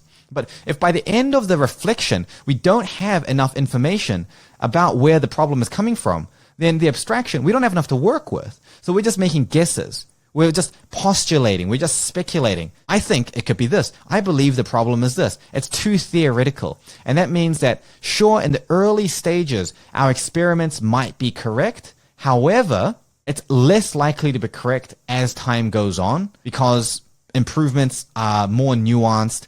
It's more subtle. The problems are harder to spot. This is an example where, usually like a reflection that's only this long is usually not going to be too great. And another thing that tells us that is that when the abstraction is as long or longer than the reflection, it usually means that the person is too theoretical in the abstraction because they're just trying to figure it out. So they're writing lots and the reflection is too brief. When the reflection is nice and long, the abstraction is usually a little bit shorter and the experiment is often very concise. Their experiment is concise and it is specific. However, the process they're using at this stage is not very good. And this particular person did actually improve on it in a really big way. Now let's have a look at their technique as well. So this is what they're producing. So look, it's obviously not linear. There's obviously use of good visuals that are being used here. There's relationships that we're seeing. We're seeing good chunking. So these are all ticking the boxes, right? So you should be thinking about your work. Do you have nonlinear? Do you have visuals? Do you have relationships? Do you have chunking? The important thing, remember here, is we're thinking, do they have a good process where they're using their process of inquiry to create the chunks? Does it seem like the chunks they're creating make sense? Do we have good relationships? And this is something that can be hard for you to self-assess. You may need to get feedback. You may want to submit it to get expert feedback or for live clinics or something like that, just to be sure. And if at any point in the course it's worthwhile doing that, now is the time. Like I said, most important transition. And if we can fix it now, it's going to save us so much time. The way that they have chunked it does seem like it makes sense. It can actually be improved a little bit more. However, we can improve on that even further in Ascent 1. But what I'm really looking for is to see that they are actually asking questions to use it. What I can see here is that they are asking questions. I don't speak this language. However, I can see that they are asking questions about importance. They are broad questions. It does look like they're asking questions about connecting individual concepts together. So these questions, if answered, would tell us about relationships, would tell us about how things fit in the big picture. So have a look at the questions that you're asking and ask yourself, if I were to answer these questions, does it just give me an immediate fact? Does it just help me recall a specific detail? Or just explain a single process or single relationship? Or do these questions help me to think about the big picture? Lots of relationships, lots of different connections between concepts. Does it allow me to see how different things connect together and therefore how I can group and chunk them together? If the answer is yes, and that's how you're using the questions, then by and large, if your Kolb's is good, you're going to be ready to move on. Because this is the most important thing, and it's the part that people normally really struggle with. And you can see that based on their work, they're doing really well. I've seen their work since they've submitted this, and it's much, much better as well. They're really on a good track for improvement. Let's have a look at another piece of work here. So here we don't have the questions that they've used. So we don't have enough information to know about whether it's good or not. However, we can look at least just their mind mapping technique. It's non-linear. There's relationships. There is some level of grouping, but it's not super grouped. You can see that it's more just individual ideas connected to other individual ideas. Is that enough to move on to Ascent 1? I'm on the fence. I would rather they start grouping some of these ideas together a little bit more rather than just focusing on individual relationships between individual concepts. And here I'd really like to see the questions they're asking. Are they asking questions that are only looking at individual relationships, or do they ask bigger questions, more open questions that will allow them to see lots of relationships at once and see how they interact and are similar or different to other types of relationships, which allows them to create those chunks. This is one that we can look at just the Kolb's. So straight off the bat, without even reading it, we should notice the reflection is very, very brief. It's very, very short. And this is a problem, right? Remember, when the reflection is too brief, we don't have enough data here. The abstraction ends up being very theoretical. And you can see here the same pattern. We can see the abstraction is much longer than the reflection because they're using the abstraction to just try to think about why it might be happening on their theoretical knowledge. Again, it may work out. It may not work out, and the chances of being wrong get higher and higher the more advanced your technique becomes. In this situation, their reflection is very superficial. They don't often think about what causes them to struggle. They're sort of just saying, I have difficulty, I am struggling, but they're not really saying when they're struggling, what specifically makes them struggle. They're not talking about how they respond to that struggle. They're not talking about what the cognitive process is that induces and makes the struggle worse or better. So we're lacking a lot of the information that we need to figure out how we can do something about their limitations. As a result, this person will find it very difficult and very slow to improve,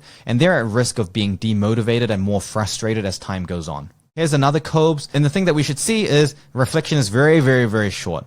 And if you look at this and if you read it, you will see that the reflection is very superficial as well. Same things. We're talking about, here is a problem I have, but by the time you finish reading this, you don't get a sense for why the problem is happening. We don't get a sense for what the triggers are, what makes it better, what makes it worse. We don't get a sense for how they tend to just really respond to this. It's very overall superficial, and therefore, when we're trying to think, why is this happening?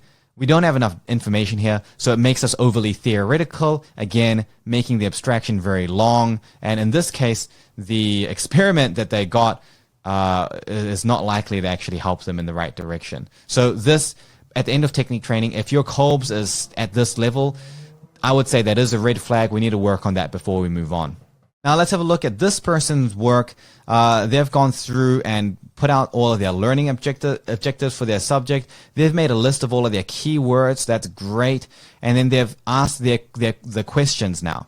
So here we see they're asking really nice, broad, open questions, and it brings us to one of the other really common mistakes that people are making at technique training level, which is that after they ask a really broad, open question, they're then answering it in a very narrow way, linearly underneath it. And this is why in the traffic light system video, at the bottom of that lesson, there is another video clarifying that we should not be answering the question after we ask it in this linear way, because what that does is it takes this nice open question where we can get so many different relationships from that, and then we're closing and shutting all of that down, and we're closing it down to just a single immediate narrow fact or a specific single relationship between maybe just one or two concepts.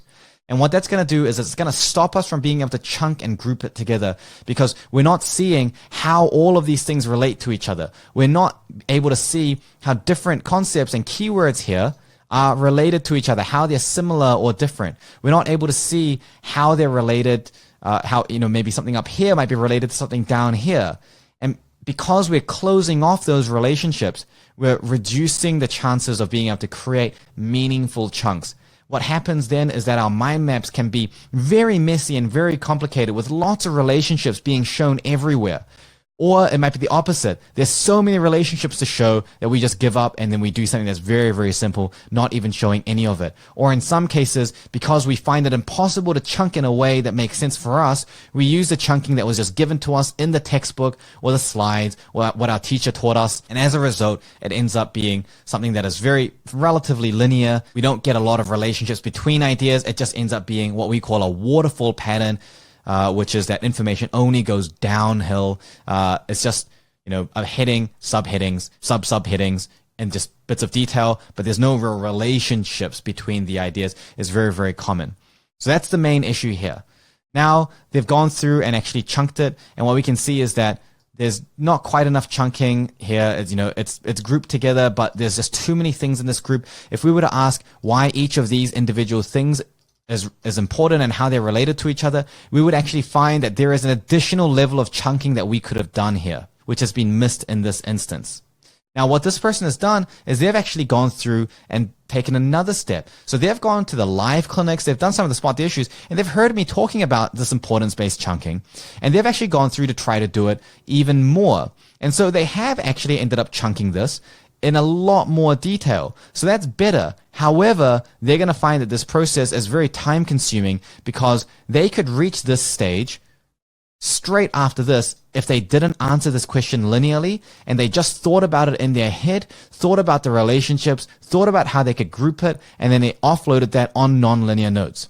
And the other really important reason why we should do this is that it trains your cognitive load tolerance. It's difficult to think about this in your head. It's difficult not to write it down. And that's the point. We need to get used to that so that we can hold on to more information and it increases our processing ability. Because all the techniques from here on out rely on you having that level of processing ability, which is why it will be a red flag to see something like this. So this is actually the mind map that this person ended up creating.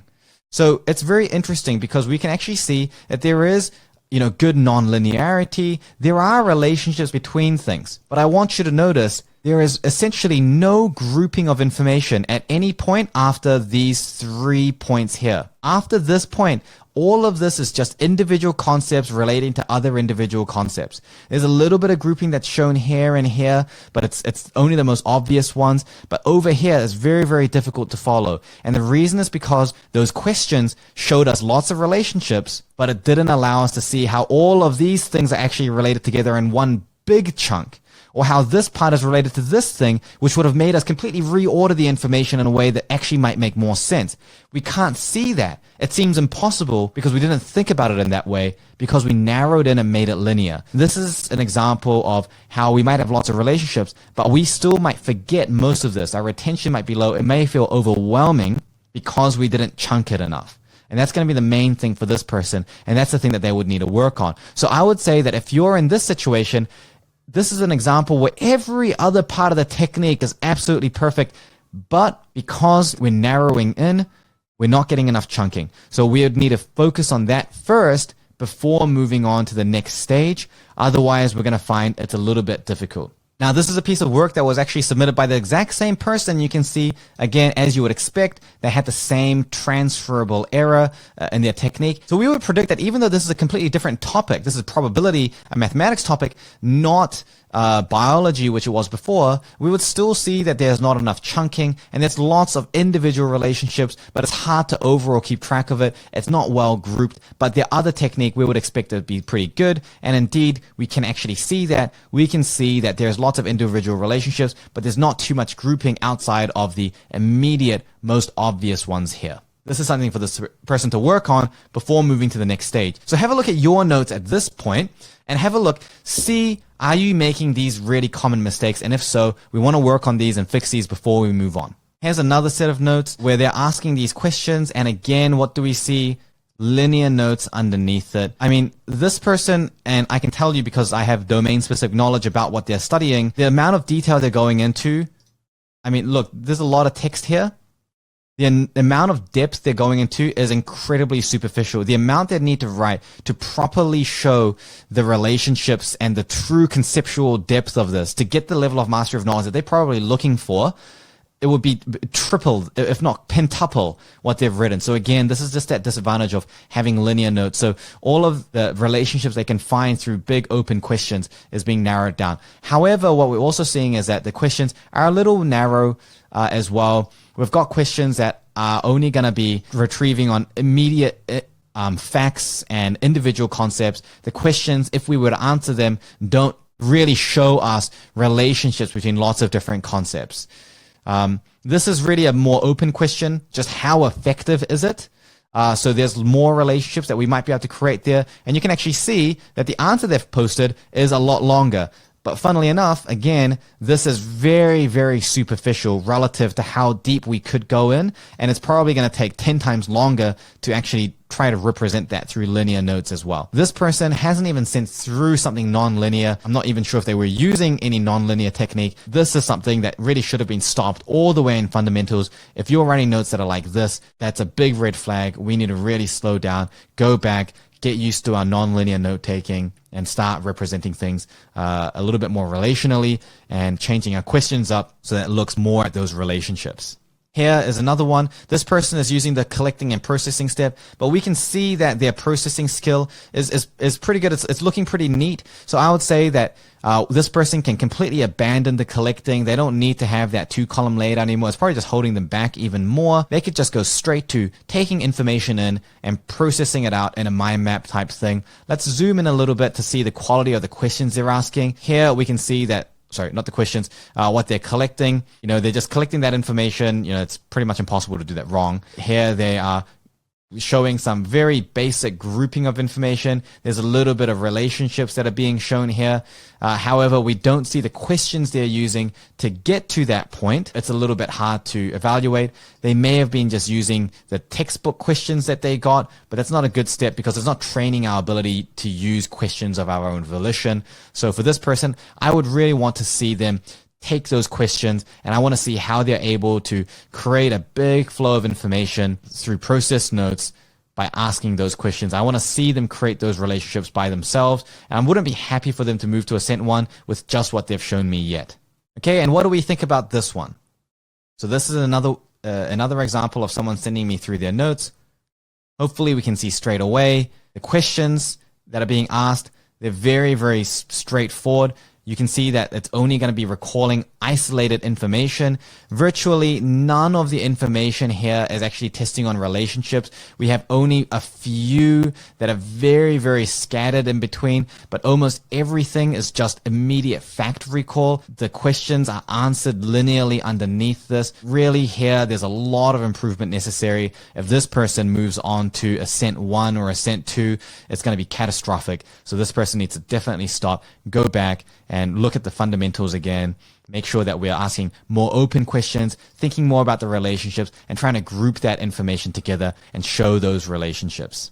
And finally, here's an example of someone who, again, we don't have the questions that they've used, unfortunately, but what we can see from their notes is that there's some grouping of information. They've even made them larger in text. So they've thought about how different things fit together, how they're related together. We can see relationships forming here, and there's definitely areas that we can have improvement, but overall, it's grouped, it's non-linear, it's not too wordy, all the fundamental things. And on top of that, we have some chunking that's being shown. I can tell through my domain knowledge of this that the way that they've chunked it does seem like they've used a process of inquiry to see how it's related. So I'd say at this point, the next improvement is to increase the quality of their chunks and increase the quality of their relationships through increasing the quality of their questions. And that's a sign that they're ready to move on to Ascent 1. But hopefully we can see that it's not possible to increase the quality of chunking, the quality of relationships, and the quality of questions if the questions don't lead to relationships and the relationships don't lead to chunks.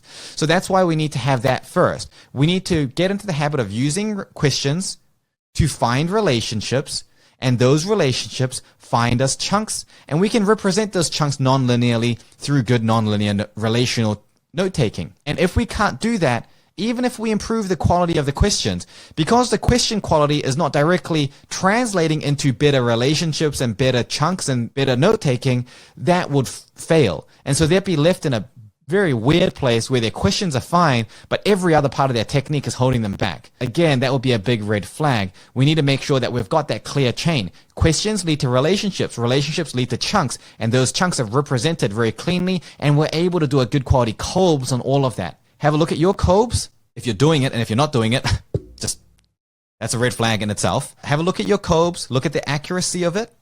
Have a look at your notes, have a look at your questions and the way you're going about asking those questions and the cognitive process, what's going on in your head when you're answering the questions. Are you answering them in a way that allows you to show and express relationships, and then using those relationships to find chunks and showing all of that on your nonlinear notes? And if you're at that point, then you'll be ready to move on. And again, like I said before, the non-academic skills that's something that you can work on as you feel the need to over time. If you've met those checkpoints, good work, carry on through. If you're unsure, reach out, get some feedback, live clinics, expert feedback submissions, whatever it is that you choose to do to get the level of certainty. It's well worth the time at this point and at this stage of your technique development to get this sorted before moving on. Like I said, it is a critical transition point, and it's that real perspective shift of seeing it not in terms of information priority, but relational priority, and that is a big shift. When you see things differently and when you start seeing it in that way, you will know that it's different. You realize that you're starting to see information differently. You can feel there's a difference in how you're starting to think about learning and information. And you should feel that things are starting to click together. And if you don't feel that yet, that's a pretty good sign that there's something going on. If you're not sure about it, that's a good reason why you should reach out for feedback. If you realize that there's something that's holding you back and you need to work on it, fantastic. Really, really good for being able to self-assess that and realize where the limitations are. Go work on that, come back, check up again, and then when you're ready to move on, you're ready to move on.